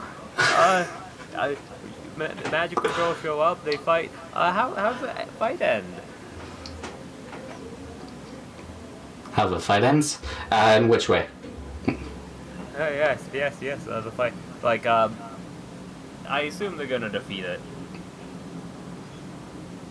Unless you decide. I assume even if if the goblins win, they aren't gonna die, right? So, do cops show up? Do they leave? Do they get? Yeah, I'm not gonna let them die that early. I mean, it's always a choice. I'm not gonna let them die that early. I might let them die later on before they get to the boss, but not that early. We're not doing session 1 death here. That's good. Well, what session 0 death? Are you gonna let that happen? No. That's good. Unless, well... Okay, now you're giving me an idea. God damn it. Don't know how campaigns end by session 1 TPK.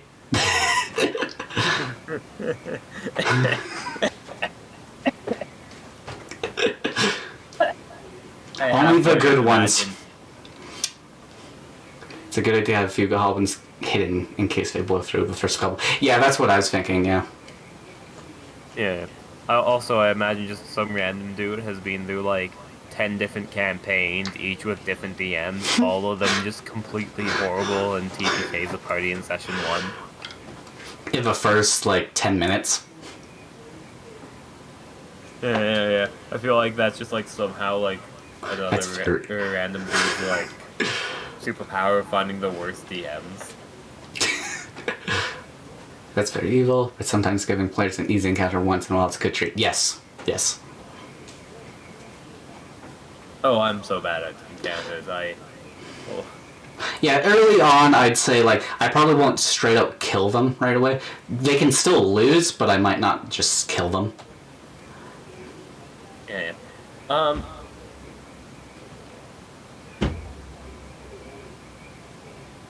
Y'all have, like... I'm just trying to think of, like... How can I help y'all right now? And, like...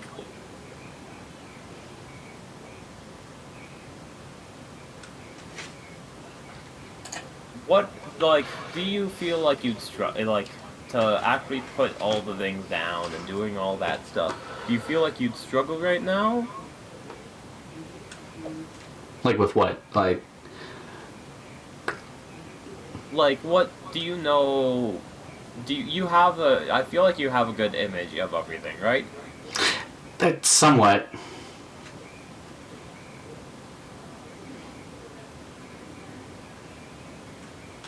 So what would you personally need right now to run it? I'm getting a pretty decent team together. Well,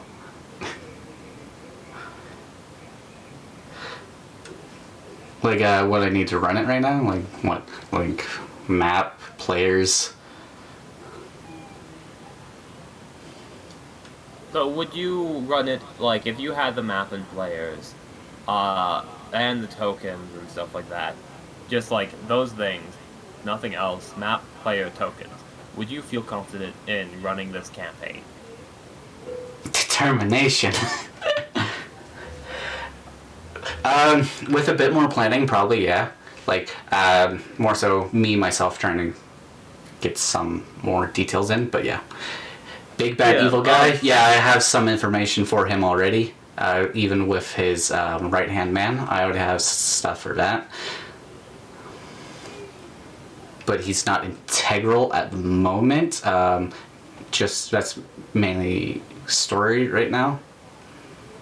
BBEG, who is not seen yet. Yeah.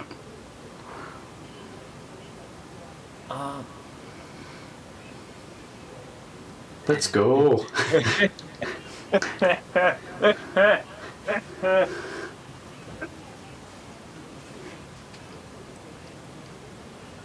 Yeah, BBEG is really important, yeah. I even have his motive and what he's planning on doing already thought out too.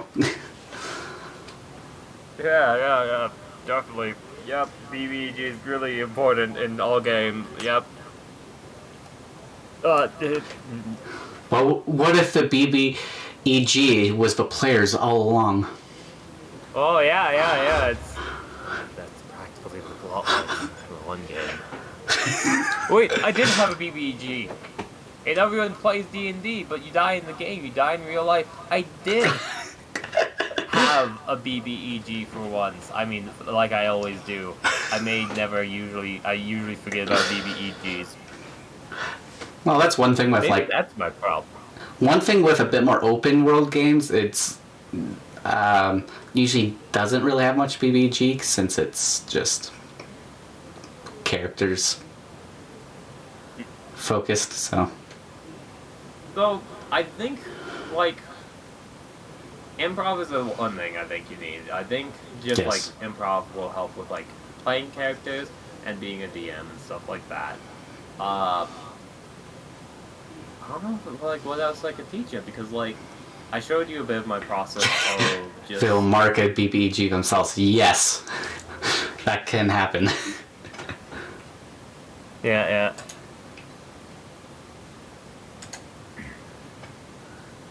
I usually do, like, people versus the world type of games. Or if they're fighting the world / But, like, I need more BBGs. That's my problem. Oh my god, how have I not noticed this until now? You need a BBEG that everyone's just gonna fall for. They'll just fall in love with them. Yeah. Join the BBEG side. Have a total party wipe because BBEG's evil and they rolled a really good deception and everyone believed the BBEG was a good guy. Oh man, I had Calyrex, but Dark Dictator, but for some reason they really bloodily hate Carl, the guard, for some reason. Yeah, that's a good one. Especially for, like, creating D&D content, you definitely need to know... Because I've done the D&D creation lore streams before. It's been a while.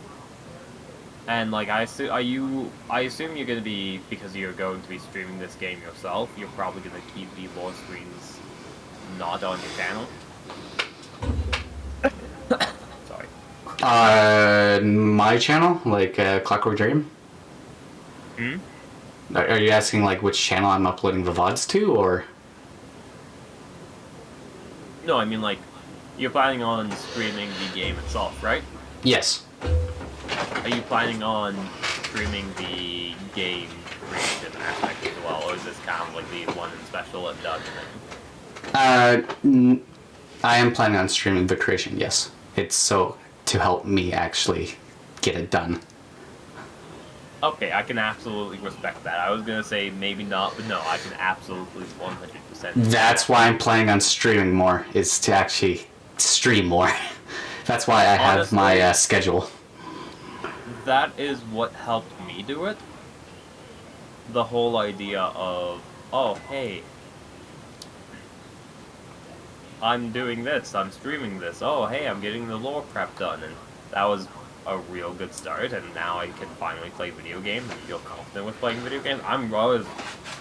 When I first started, I'm like, I can never play video games. Like, me doing stuff and doing video games, that's just not interesting. And now I have the comfort with doing video games now.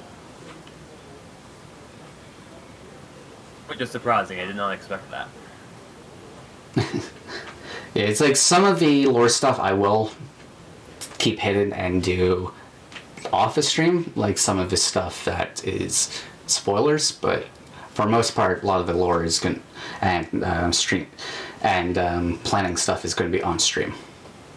Yeah, which the biggest thing with that is just making it so you can talk to people and like people can see and like actually. Oh no, actually, I hate to say it, but like with the lore streams and me, of whenever I create lore. It's either somebody's helping me out, and I need chat to be on focus, or I get, like, completely distracted, and I talk about something else, and, like, I'll write a few words, talk about something for like an hour, and I'm like, oh well, I need to write a few more words. There's a reason why I have you here to keep me focused as well, so I can actually get stuff done. Yes, help me get through stuff. This is a reason why I asked you not just this Monday, but Mondays. Oh, yeah, that should be possible in most of the months. Yes. No, yes. Yes. Yes. Because I'm someone who has no idea what I'm doing, so I don't know places to start. Oh, this makes a lot more sense now. I am an ideas person. You should know this by now. I'm an ideas person, but when it comes to actually putting it down and like doing stuff with it, I am shit at. That's why I keep asking you and Justin to help me with a lot of D&D stuff. Yeah, I think you just need practice. Well, that's part of it, because I don't know where to start with most things.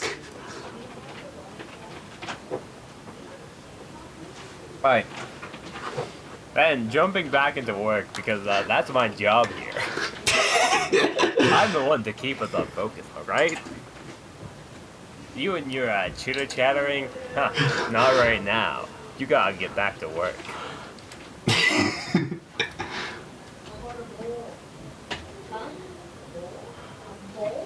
Work. No more backlip. Good. I have to work for these folks. But teacher... How is that? No, I'm not sure. Sensei, please. The first meeting. Schoolyard, school zone, the hallways in school building. You want a map for that or no? For that, I don't think so. Since the school isn't really going to be used that often. Alright, so, what are you gonna use for visuals out of curiosity at the current time of you begin the game? Do you know what you're gonna be using for visuals? Well, I do kind of want a map of the city itself. As one thing, but also, but player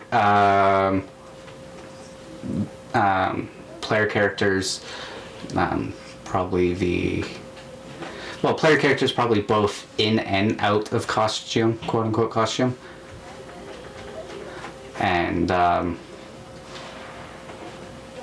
tokens for the characters, for the familiars and the teacher. Okay, I like it. Goblins. Just kind of like all the pictures and stuff. Yeah, and then the only really maps for session 1 I'd think is just the city map and the jewelry store, actual battle map. Yeah, and the city map is like a top-down map of the city. Yeah. Yeah, just to get an idea of the size and where things are. Yeah. I cannot help you with that map. that kind of map I'm more set than like an actual map that you can play D&D on. Oh, you want to know what makes it worse? Because that city map is going to change later on in the campaign. Golly.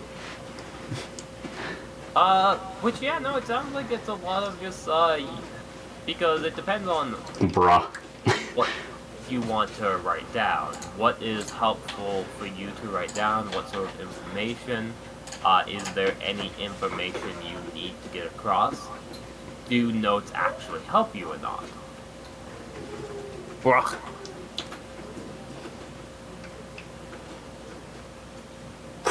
White city map was already enough and you go around changing it? Lol.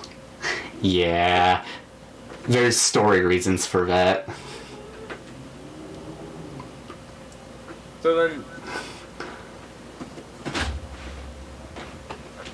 because y'all have done a couple like plans for D&D games. What exactly? Because you mean the plans that I came up with and never did those campaigns? Yeah, I remember that. What exactly? how do you want a DM? What would be the DM method you aspire to be?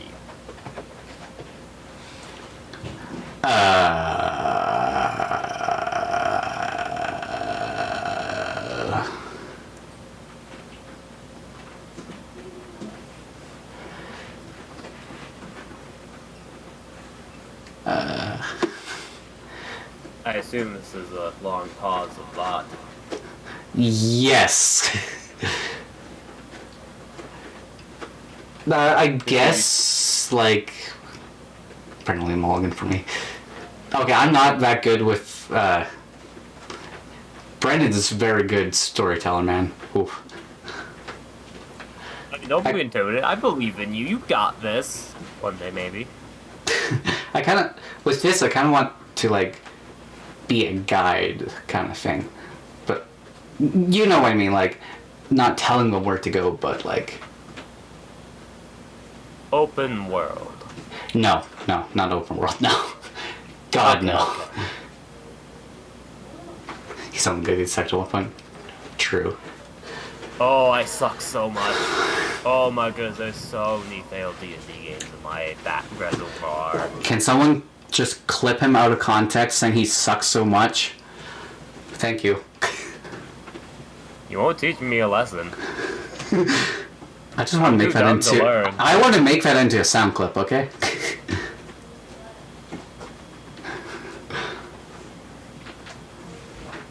Just out of context. You suck so much.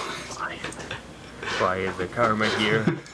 Is it because I stole someone else's, like, sounds for my bits noise? It's just the way you said it. Sadly, Bowser doesn't like clipping. Oh, darn. Sorry. But the way you said it is what sounds wrong. You suck so much. But anyway, I kind of... Since I'm someone... I know it might sound wrong, like, I'm more of a storyteller than... more so, but I don't want to do it just focus on, like, the story and all that, but... I want to... It's like trying to guide them and...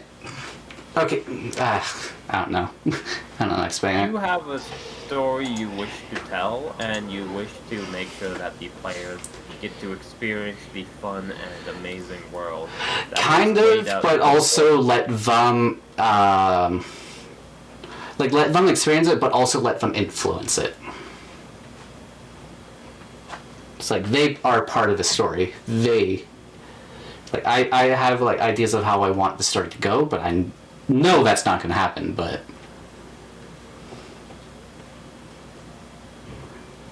You're describing a DM right now. You're describing... Yeah, I know. I know.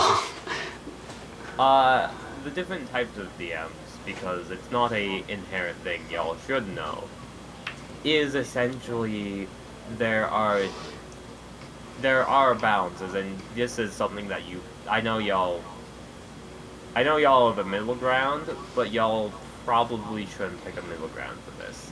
A idea of, do you want the player's actions to have the most weight, and being able to have a player say, I want to do this, and completely destroy the game? Do you want the story to have more weight, and then pretty much... Yeah, I kind of want the story to have more weight. That is the and a lot of people... myself. Which I know a lot of people don't really like those kind of DMs a lot of times. Especially since some of them are like, oh, why don't you just write a book? I know what you're saying, and like there's a whole negative stigma on railroading, and yeah, that you shouldn't railroad your people.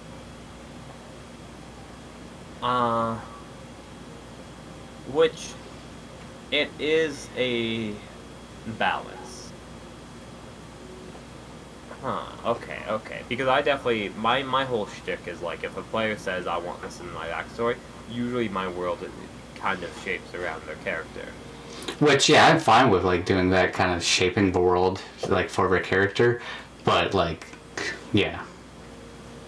So I think the number one thing is you just need to make sure that their characters are fully integrated into the world. The whole idea of if someone says I want to be a jewelry store, like the daughter of a jewelry store or clothing store, being flexible enough to be like, yeah, your parents own the shop or something. Oh, yeah, I'm fine with stuff like that. It makes them feel like they're actually part of the world. Yeah, and like that. I would probably ask more. Story. Yeah, and I'd probably ask more information about their store and all that. As the other thing of deciding for what type of DM you want to be is probably also kind of how solid do you want your storytelling method to be? You're probably going to answer the middle ground of, do you want a story written down, if they enter the building and you say there's 2 goblins, you find 2 goblins, or hey, if you enter this, or do you want it to be like, oh, it's gonna be, I'll decide when you enter the building how many goblins, versus, okay, there's gonna be 2 goblins, maybe there's gonna be 3 or 4, if you can fight them. I'd probably do that last option, to be honest. Probably do that last option. So, writing down, do you think notes help you? As a player, I don't take notes. But I probably should as a DM. You don't necessarily need to. It depends on if you can actually remember the story. My brain has been wired to remember D&D in different stories. No, you're out.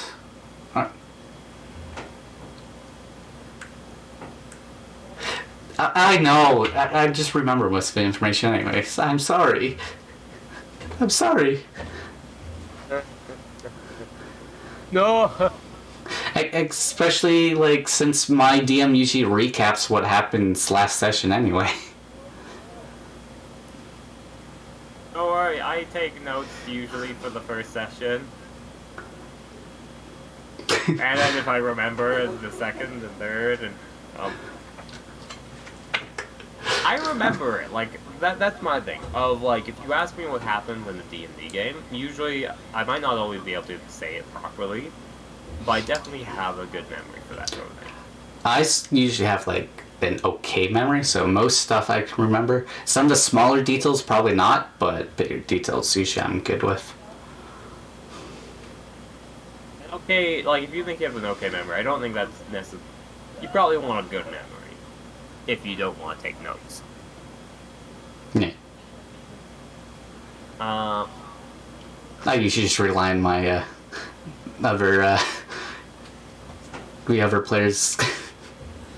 I don't think I could say like I have a good strategy to help you, but it is a matter of figuring it out yourself, trying to take notes while you do the game or before the game. Well, not during the game. During the game, taking notes doesn't work. At least in my mind, unless you're like a god. I'd probably like during a game. During a game, I would probably like write down some like notes on like some of the important stuff that happens. Usually, probably while the players are talking. Yeah. That's good. That's a good habit to have. That's a good habit I don't even got. Yeah, use a time that where the players are talking to each other to write down your notes. You're getting engrossed in what the players are saying, and I just enjoy the ride. That's the type of DM I am. Just enjoy the show. Oh, what? I'm DMing? Yes, of course. Oh wait, you're saying I'm not just a part of the chat? Talking. It's like, you're saying I'm not part of the chat? I have to actually lead you guys? Whoops. Here, I'll lead you for a few seconds. Oh yeah, this is happening, but... Okay, go ahead. Continue the show. Yeah. Honestly, I don't know if I could like because it is a. I think the only thing. I mean, did you want to try some improv? See if like how well your brain can think of stuff. Do some more theoretical DMing of DMing. Dear God. You're You trying to wanna kill me, play man? with- Hmm? You're trying to kill me? No, I'm trying to flex your muscle.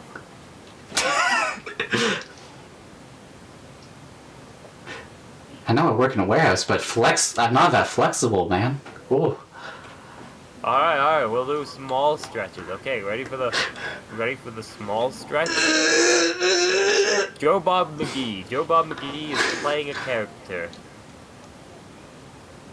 Joe Bob McGee sits down at the table and says, I want to have the power of bees. The fuck? No. Okay. You passed this test. Never accept the bees into your household. Never. They're like eldritch horrors. They're like vampires, man. Swarm Keeper Druid. Storekeeper druid. Not the bees is. Which that can be straight up broken if you play it right.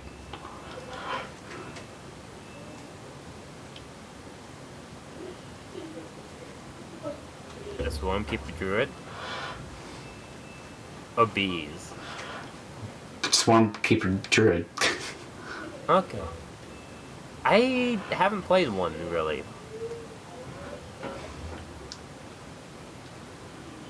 I forget what their abilities are. Get covered in bees. I mean bears. Covered- I mean tiny Bears. Jesus Christ, swarm of bears. Swarm of bears. No thanks. Swarm of bears. Listen, it's a swarm keeper. You can have a swarm of bears. You can be a swarm keeper of bears. A swarm of displacer beasts. Yeah. That's what it'd be, right? Swarm of, instead of bears, it's owl bears. Go owl bear. Oh, that's what you have to just put them up against. An owl bear at level 1. Oh god, no. I've done it before. With only 2 people. I running away and being terrified for my life.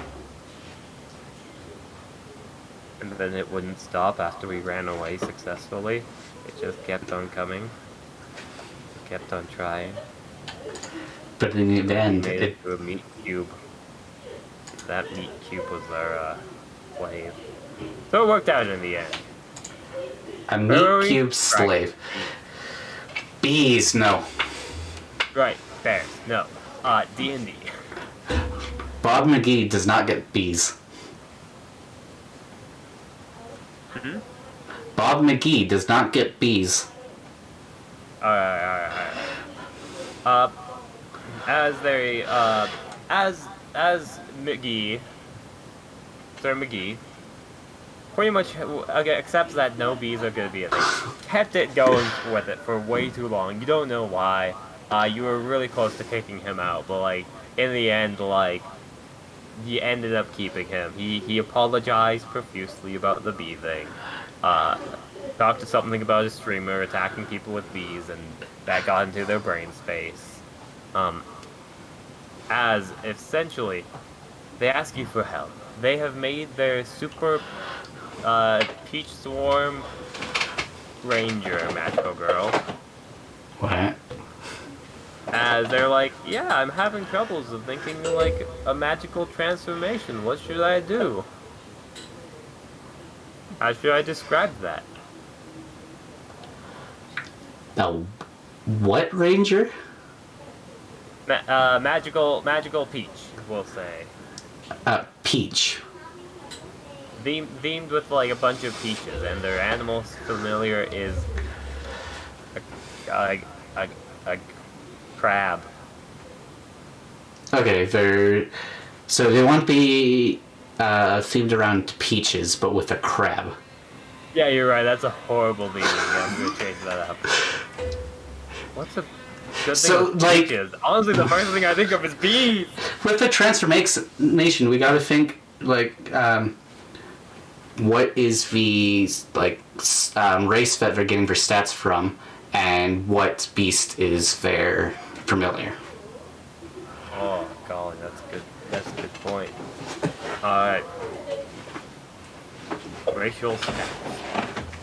We'll say that they are... Go full weeb and have her come out a giant peach that's cut in half. Was that Kagura? Princess Kagura or something? Oh, yeah! It's just like a story. Yeah.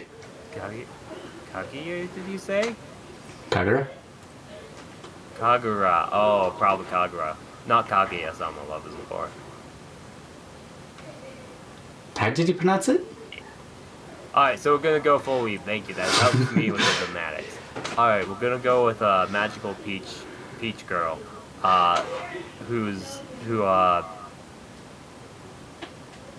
Ranger Druid, but that doesn't really matter. That's not what you're asking. So probably a turtle. Their animal companion is a turtle, as I'm gonna be saying that they're playing a tiefling. Okay, so human turning into... Alright. So, okay, tiefling and a turtle. ET, yes. TNT. So you want me to describe how they transform? I mean, like, the player's having a hard time. How do they transform? Yeah, like, what's a good way they transform? And you said the class... turtle, they got the tiefling.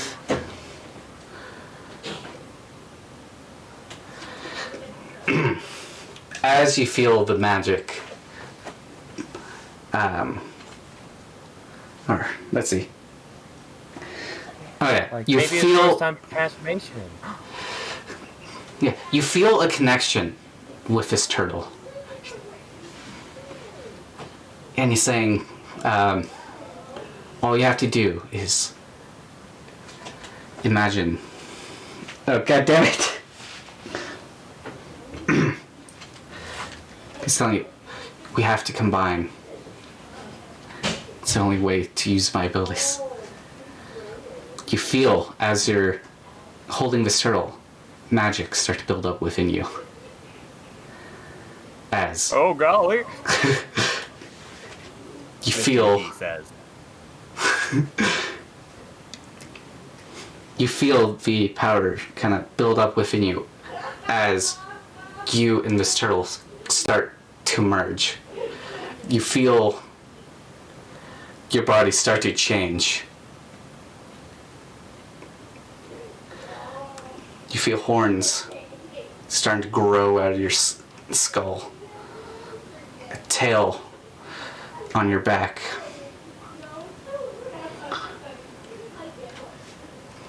And a shell.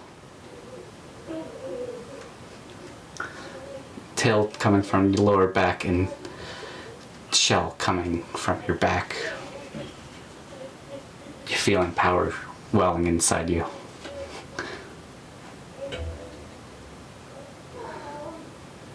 Feel you're not the same. I don't know. Jesus, it's difficult. It works, it works. I think practicing flavor and like attacks and stuff like that would be good for you. Yeah. Because at least the transformation for most part probably it'll only be described the first time that they transform, but not again after that. Yeah, and like most players should probably do it themselves, but I'm just that's what I was. Yeah, that's what I was thinking too. On the players, he was just testing me. I was testing, not a good test, but like No. There is the idea of practicing descriptions. The thing that I notice is you are describing very much the... How would you describe the BBEG transformation? That's a good question. But the one thing I should mention before we do that is... sorry. I notice you do the very one-to-one. The power swells up within the person. And horns grow. However, that itself does describe what's happening, but it's not as good for holding within people's attentions, from my mindset. For things like, you notice a bit of a tangle, a almost power start to build up lower beneath you, starting at your feet, as you feel it swirling around outside your body, but somehow inside at the same time. It starts to travel upwards, all the way up to your torso. At that point, you feel a tail sprout out, having those descriptors weaving into one another, so it is holding the main focus of the description, and then describing the main focus with the other parts sprinkled in, growing and branching off of the other descriptions, is Yeah. might be a good thing to just like liven up your verbal slew of information. I say verbal slew as a positive thing, just a descriptor word of how to. It's not a negative thing. Verbal just wanna say that. diarrhea. Verbal diarrhea. Yeah, verbal diarrhea. Everyone has verbal diarrhea. It just depends on like, how it comes out. Everyone has it. It's fine. It's just how it projectile vomits onto the screen and into people's ears. Oh no. Hopefully not their mouths. Yeah, bring them up. So the question is, how would, try to do the BBEG reveal of, it doesn't have to be the BBEG, you could, make it into a different BBEG, but try to do a BBEG reveal, and I'm gonna say start with the scene first, and then, start with the scene first, and then try and make it so his reveal is connected to the scene itself, if that makes sense. Okay. I can give you an example first of all, but you can't repeat it, okay? Well, you can repeat it, actually. As thunder strikes the ground, the rain pelts all around the heroes. You've worked a long way in order to get to this point. Your friend may have not been able to make it, but the rest of you stand emboldened by their sacrifice. As lightning strikes again, there's a quick flash that blinds you for a sheer moment, but as you look back up, right where the lightning struck, is James Charles. Oh, God. The man you've been looking for. Can He we just ban him? Can we just ban him? But just you kick him out? Get it now. Just... No, keep going. Just don't mind me. Yeah, don't mind me. Nothing to see here.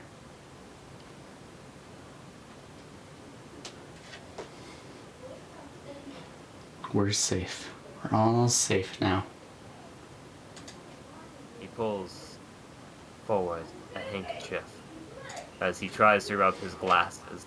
The rain will not cease. Yet, through the determination within his own heart, he keeps on rubbing. You're not going to get away with this. Oh, God. I'll call the police. Another crash of lightning. Now the ground is getting muddy, harder to move. You think he might be serious about calling the police. You know you must get his cell phone before he can, to get your refund. Refund? What? What's going on? What? He puts away his pocket adapter. His pocket cloth to clean his glasses, giving up. What will you do to get your refund? As just kind of like a... Honestly, I lost track of what I was doing. I get so engrossed in like the description itself and the world its own thing. I kind of, to be honest, I kind of find that as over describing the scene, maybe. But that's probably just me. There is such a thing as over describing. But currently your problem is under-describing, at least from my personal opinion. There is preferences, but being able to... If your problem is under-describing, try to over-describe, and then after you're able to do that, you should be able to find the healthy medium ground. If that makes sense. Somewhat. Somewhat. So pretty much my suggestion is over-describe the BB scene. Oh God. Don't have a thesaurus with me. Another thing is knowing big pointless words make you seem smart, yeah. But we all know the truth.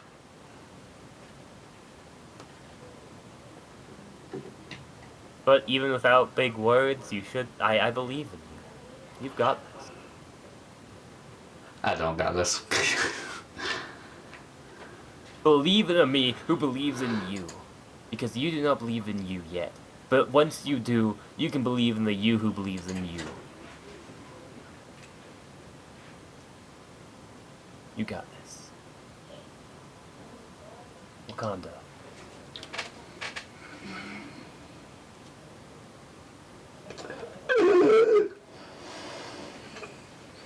Y'all are doing a lot of the thinking space and not as much of the word vomit space.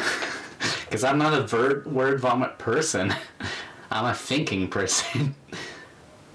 Thinking is wonderful. Thinking is such a skill that I don't use sometimes. But choosing to use thinking is good.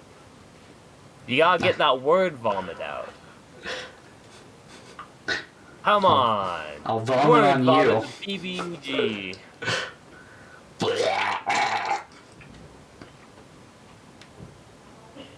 How's that? Close, actually. That's actually really good. That's really good. Just keep on going. That's the beginning, right? What happens after?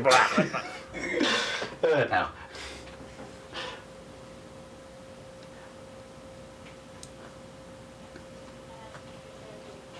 As you're running through the villain's lair, fighting through room after room, start to tire. But you finally see a light down the hall.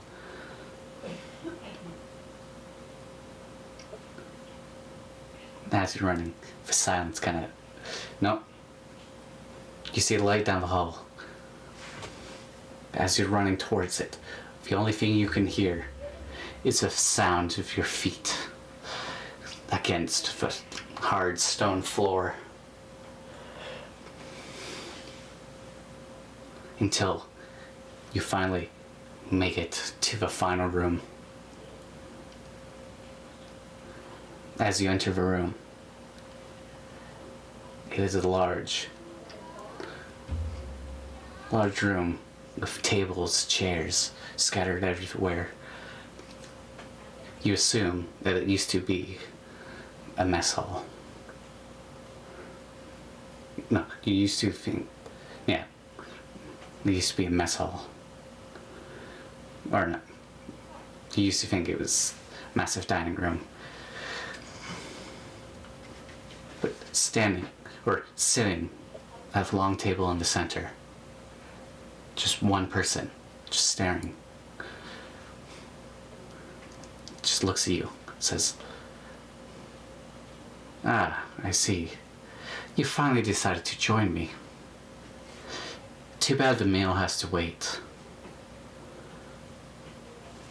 And as he stands up, you notice he's not as big or as strong as you make out to be. He seems to just be a normal human. About like 6 feet tall, actually pretty skinny, almost.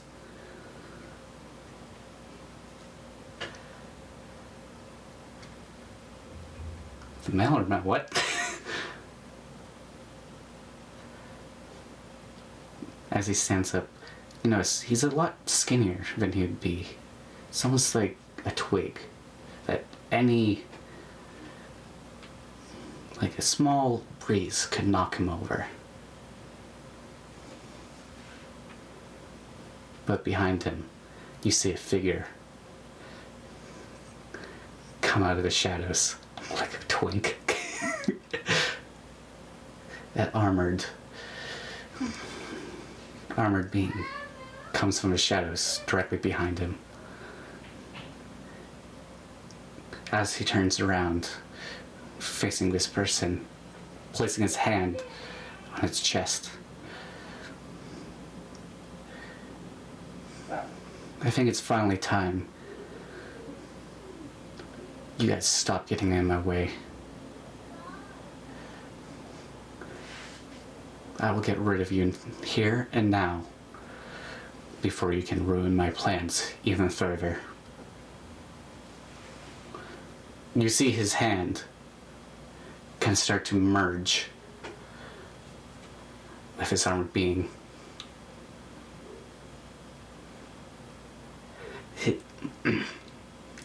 His fragile body begins to slowly meld into it.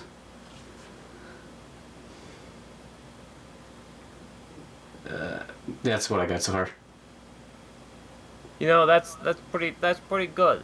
Like, one thing that really stood out for like really good is like the whole like running on the floor and like having the sound of the footsteps. I like that. That was very like that hit me with the most imagery.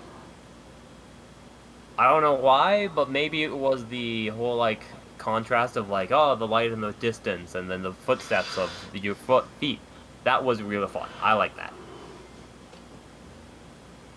Where at the beginning, like y'all had a bunch of like double questioning, double thinking. Y'all gotta have confidence. Y'all gotta strut that because y'all were doing great. But yeah, there's definitely like a few of those things of like, oh yeah, this mess hall. No, this is a dining room, or like that change was good, and like it's okay to go back on your word.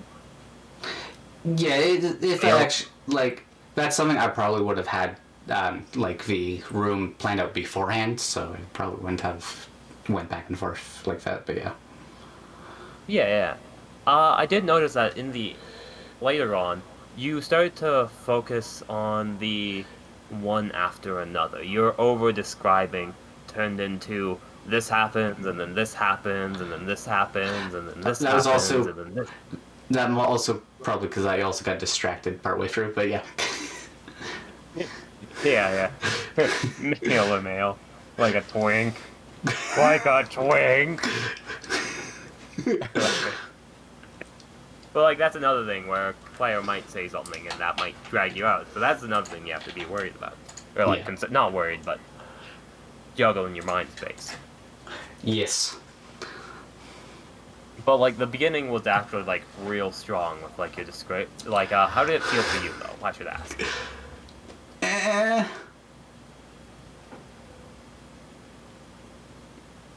Do you feel like there's any strong points of your narration or no? Not really, no.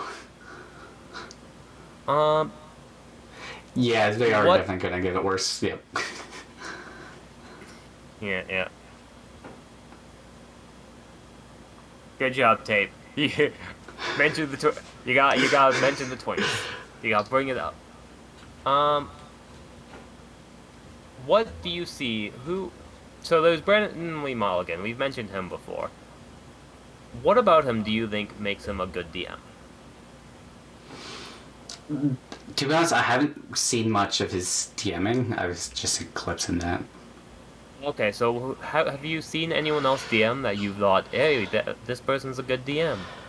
Uh, really, the only like D&D like podcast slash like live game show would be Critical Role. That's really the only thing I've actually watched. It doesn't actually need to be a.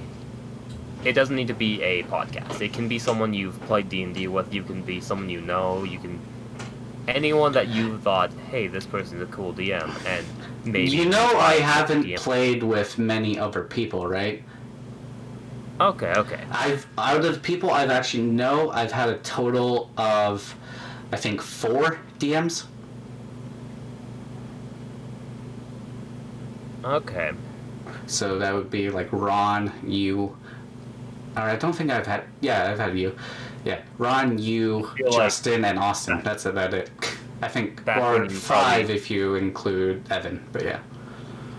I feel like back when you were DM by me, I probably wasn't that great. Well, that was during Wayfarers. Yeah, I forgot. That was during Wayfarers, which I'm actually semi-proud of. But yeah, a lot of that was... But also a lot of that was when I was playing a lot more. And I haven't really played much in, like, years besides the last time being Wayfarers. Okay. So I think y'all, like... Looking at other people's DMing can be good. Just looking at people's gaming and all that, it can be good. A lot of it is just improv of just being able to have that confidence and speak like you know what you're talking about. Being able to say, yeah, this is... I'm probably not, like, I'm not like an expert DM. That's one thing I'm gonna absolutely say.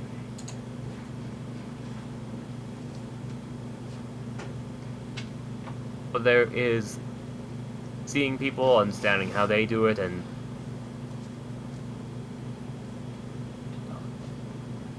do you think Matt Mercer's a good DM? Yeah. Have you noticed, or do you know what he does that stands out? What makes him a good DM versus a bad DM like myself? Or someone else you play with? Someone like that. Don't ask me. I don't know some of these small details. Don't ask me. But like, what? Not even like differences. Sorry, that was a joke. I was being self-deprecating. But what about Matt Mercer do you think makes him good? If you're asking about opinions, don't ask me about opinions. I mean, you want me to? Sorry. Do you enjoy watching Critical Role? For most part, yes. What parts do you enjoy? Well, it's been a while since I watched a bit. Like, I don't know. It's like a lot of the character interactions and all that is fun. And that is pretty much two people feeding off of each other, two people being able to jump back and forth. It is the rule of improv of never say no, except you can say no, but like...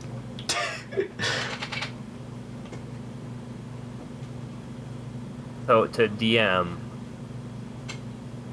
it is a matter of practice. It is a matter of just going out and doing it and having confidence and being like okay with failure. It's more of like a self-help book at this point of have confidence. No confidence. Yeah, fake it. You say you have no confidence, but I don't care. Do so anyway. I want to give that as a sound clip. God damn it. God damn it, Do it anyway. Corona, god damn it. Corona, yeah. VTuber? Have confidence? No confidence? Yeah, well, Whole live dog VTuber? Yeah, that Corona. Yeah, I know her. Inagame Corona? Yeah. Oh, yeah, she did it? You sound so surprised, but it's okay. I get it. It's so beautiful. Look at You got the front door there. Ooh, a nice seating area, display cases, bunch of windows. I'm guessing that's a back room or a back exit. I'm gonna BRB though myself quickly, okay? You can have No, time putting it in there and doing the thanks because that's so good. Oh, it is so good. oh, Thank you so much. Behind the country, yeah. I'm giving you butters. I'm giving you butters. All right, I need a BRB 1 second. Here, have my butter. I'm gonna save that. Throw it into this Roll20 page that's hidden behind the Word document. Paste. Oops, what am I pasting? I don't know. Open background. Insert.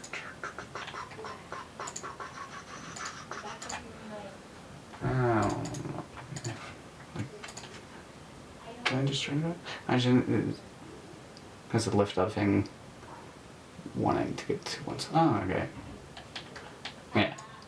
But that door behind, is that into like a staff room or to like a back exit?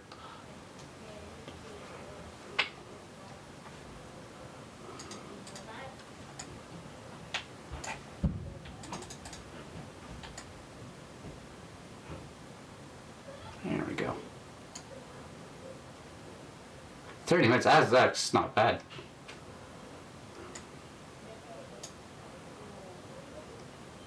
Oh yeah, that works.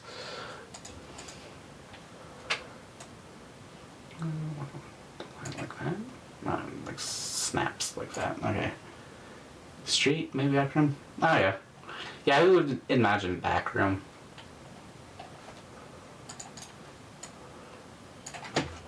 I'll bring that front and center so everyone can see this.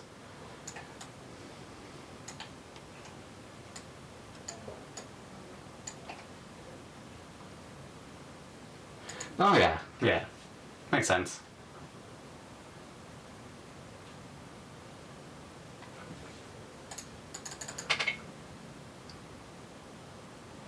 Yeah, side flips up. Yeah. Looks quite nice, actually. Way better than something I could do.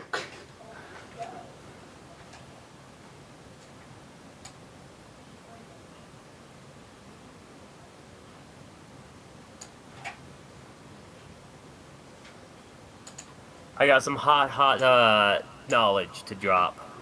Hot knowledge? Yes, as DM, you should always have an opinion. It doesn't have to be your own opinion, but you always need one. But I never have an opinion. How dare you? Hey, like I said, changelings are base, are neutral, are straight face. They can be anything, but they can be anything. They aren't just vanilla ice cream. That's human. If you want to be vanilla ice cream, you can be a human. Because you're literally a changeling. You can be vanilla ice cream. Or, you can be like a solid spicy ice cream. You can see why I am a changeling. Apparently, you've been vanilla. Y'all. Listen. Y'all haven't. I asked you for opinions, and your response is don't ask me for opinions. Y'all gotta use your shape-shifting powers. That's how I fit in with most social groups. Yeah, but for Dungeons and Dragons, I don't care about your regular life. There's boot camp. Boot camp now. I'll boot you. Yeah, you could, but like, that would be negative for me. Yeah. So I'm gonna give you homework. Homework? Okay? You know I'm someone who never does homework, right? Even in high school. Don't worry, listen, this homework is great. You wanna know what this homework is? Watch a D&D like podcast, watch a D&D narrative thing, I actually kind of recommend College Humor's stuff with Brendan Lee Mulligan. I forgot about that. Those are Well, those two guys. a lot of that is I don't have Dropout. Because I watched like the first episode of, was it Magic and something? Yeah. Where Brennan was a player. It doesn't have to be them. It could be my brother, and me's thing. Oh yeah, Adventure Zone. Oh yeah, I've watched most of that. I've already watched all of the first campaign.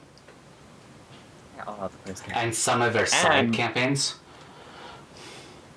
I just want you to watch one, and next time we're here, you're gonna tell me, okay? You're gonna tell me what you think is a good like what about that person, if they are or not, or what about them you think is making the campaign fun and is good, okay? Yeah, I can kind of say it as a bit railroady, yeah.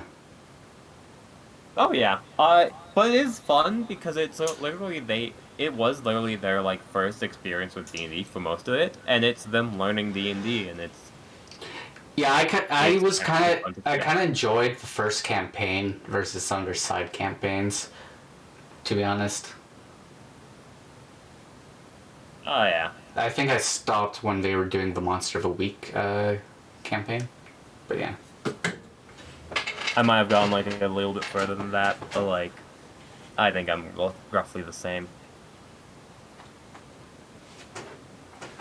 I forget one though. No, I got further than that. I don't remember. It's been a while. I didn't mean to stop watching it. It just, after binging all of that, it's eventually in place and new. Yeah, I binged it all. Same. Point being, that is your homework. Watch a D&D thing. Wow, I can't believe you actually know that we're coming to the end of the stream. Oh, I just kind of assumed if it wasn't the end of the stream, I was going to probably just try and end it there because I tend to get called. Yeah, we've been going for almost 3 hours. We're about 2:51 right now, so. Cool. So, yeah, so 10. So yeah, that's your homework, okay? I'm gonna be more of Sensei, okay? You can call me Sensei. It won't fulfill like some sort of secret need for have people to call me weeb stuff. Which is this is one of the best streams I've done so far. 6 viewers. That's the best I've had. 2 of them are me. 2 of them are you? Screw you. One of them's me too, but yeah. Weeb Sensei, Baka. Sensei, yes, Baka. That's not anything new.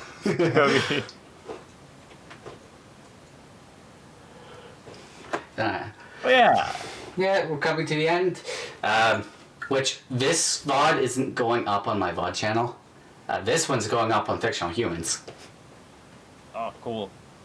Yeah, so when we do D&D stuff, I'm throwing it up on Fictional Humans. That works. Yeah. I can start posting there now too. Not just you. Yeah. Just putting up like the D&D stuff. Yeah. My VOD channel is just gonna be most of my gaming and other streams, but yeah. I'm kind of sad, but not sad. Yep, go ahead. Go ahead. I don't have a VOD channel, and I'm like kind of sad and not sad that I don't have it. Well, technically for D&D you got Fictional Humans, but yeah, for your other stuff you don't, yeah. Yeah, because like at the same time, like yeah. For other side, I kind of wish I saved, but I didn't. Yes, if you want to see more of the D&D stuff, yeah, next Monday. I do have a stream on Friday, most likely, which is just going to be just chatting / working stream on video stuff, but yeah.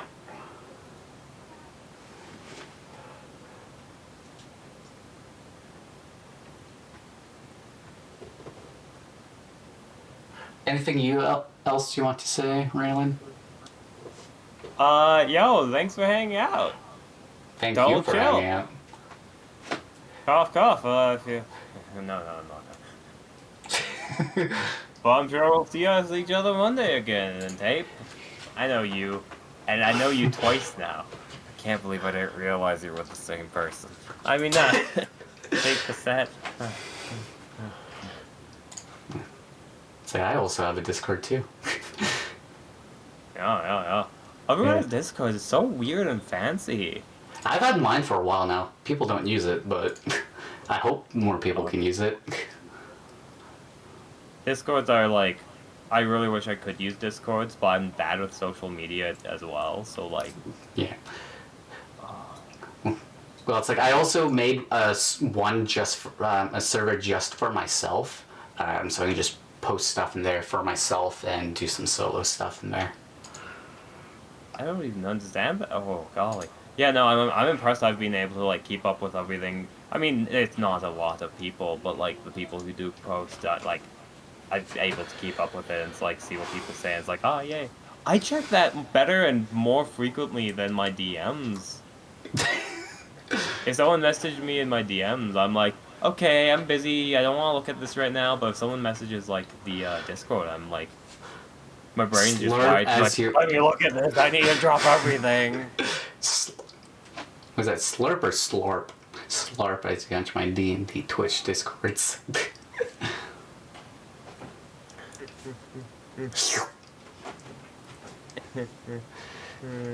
But yeah, we'll look at getting some players organized, I guess. Get in the soup. Yeah, we'll look at getting some players at least going to help get that started. Are you gonna raid somebody? I don't know how to raid. Oh, video producer? Video producer. Let's see. Video producer. Because I'm not we're gonna help. Where do I go? If you go to the video producer, it should be to the right of the whole image screen. The images should say raid channel. On the video producer? Yeah, video producer. I see the copyright thing. Pro tip, copyright's on your channel.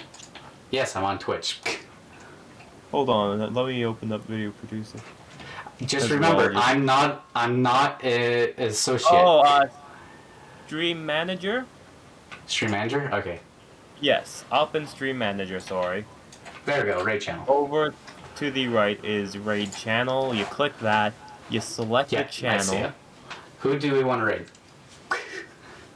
I mean, I have somebody that I might check out after this. I want to see, is Mac live? There's that too. Alright, If you don't have anybody, if you click on raid channel, it says who's live currently that you're following. Yeah.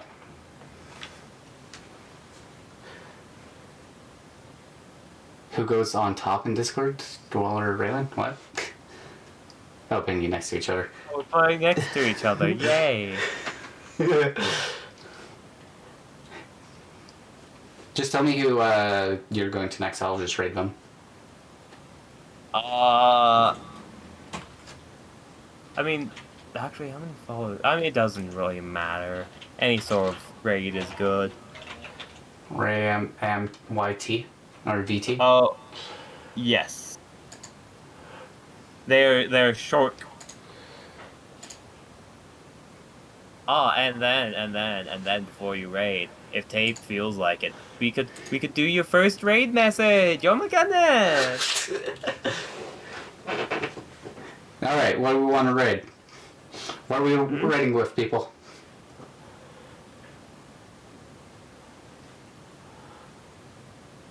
Loading this line. Yep. Oh yeah, you're right. There's a misaligned grid. Weeb Sensei. Hmm. Should we raid with Weeb Sensei? Or misaligned grid? Oh, I didn't hear anything except for the part I wanted to hear, which was Weeb Sensei. Do we want to raid with Weeb Sensei? Oh, raid with Weeb Sensei. That's your raid message. Yeah, do I want to go with that? Oh, I love it.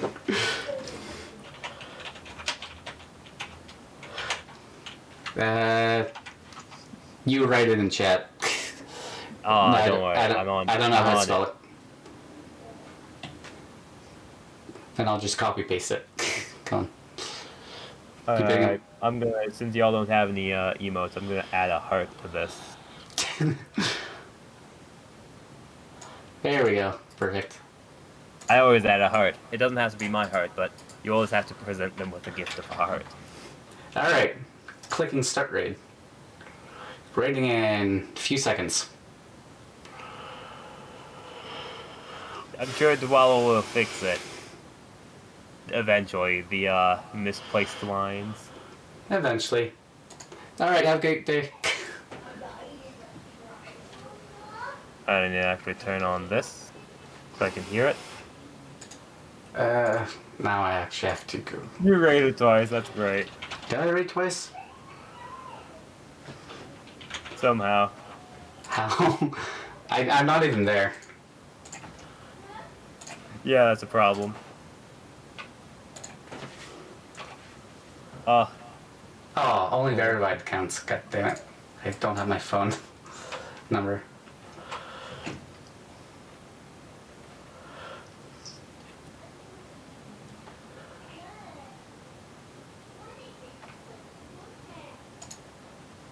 I'm gonna probably hang up, so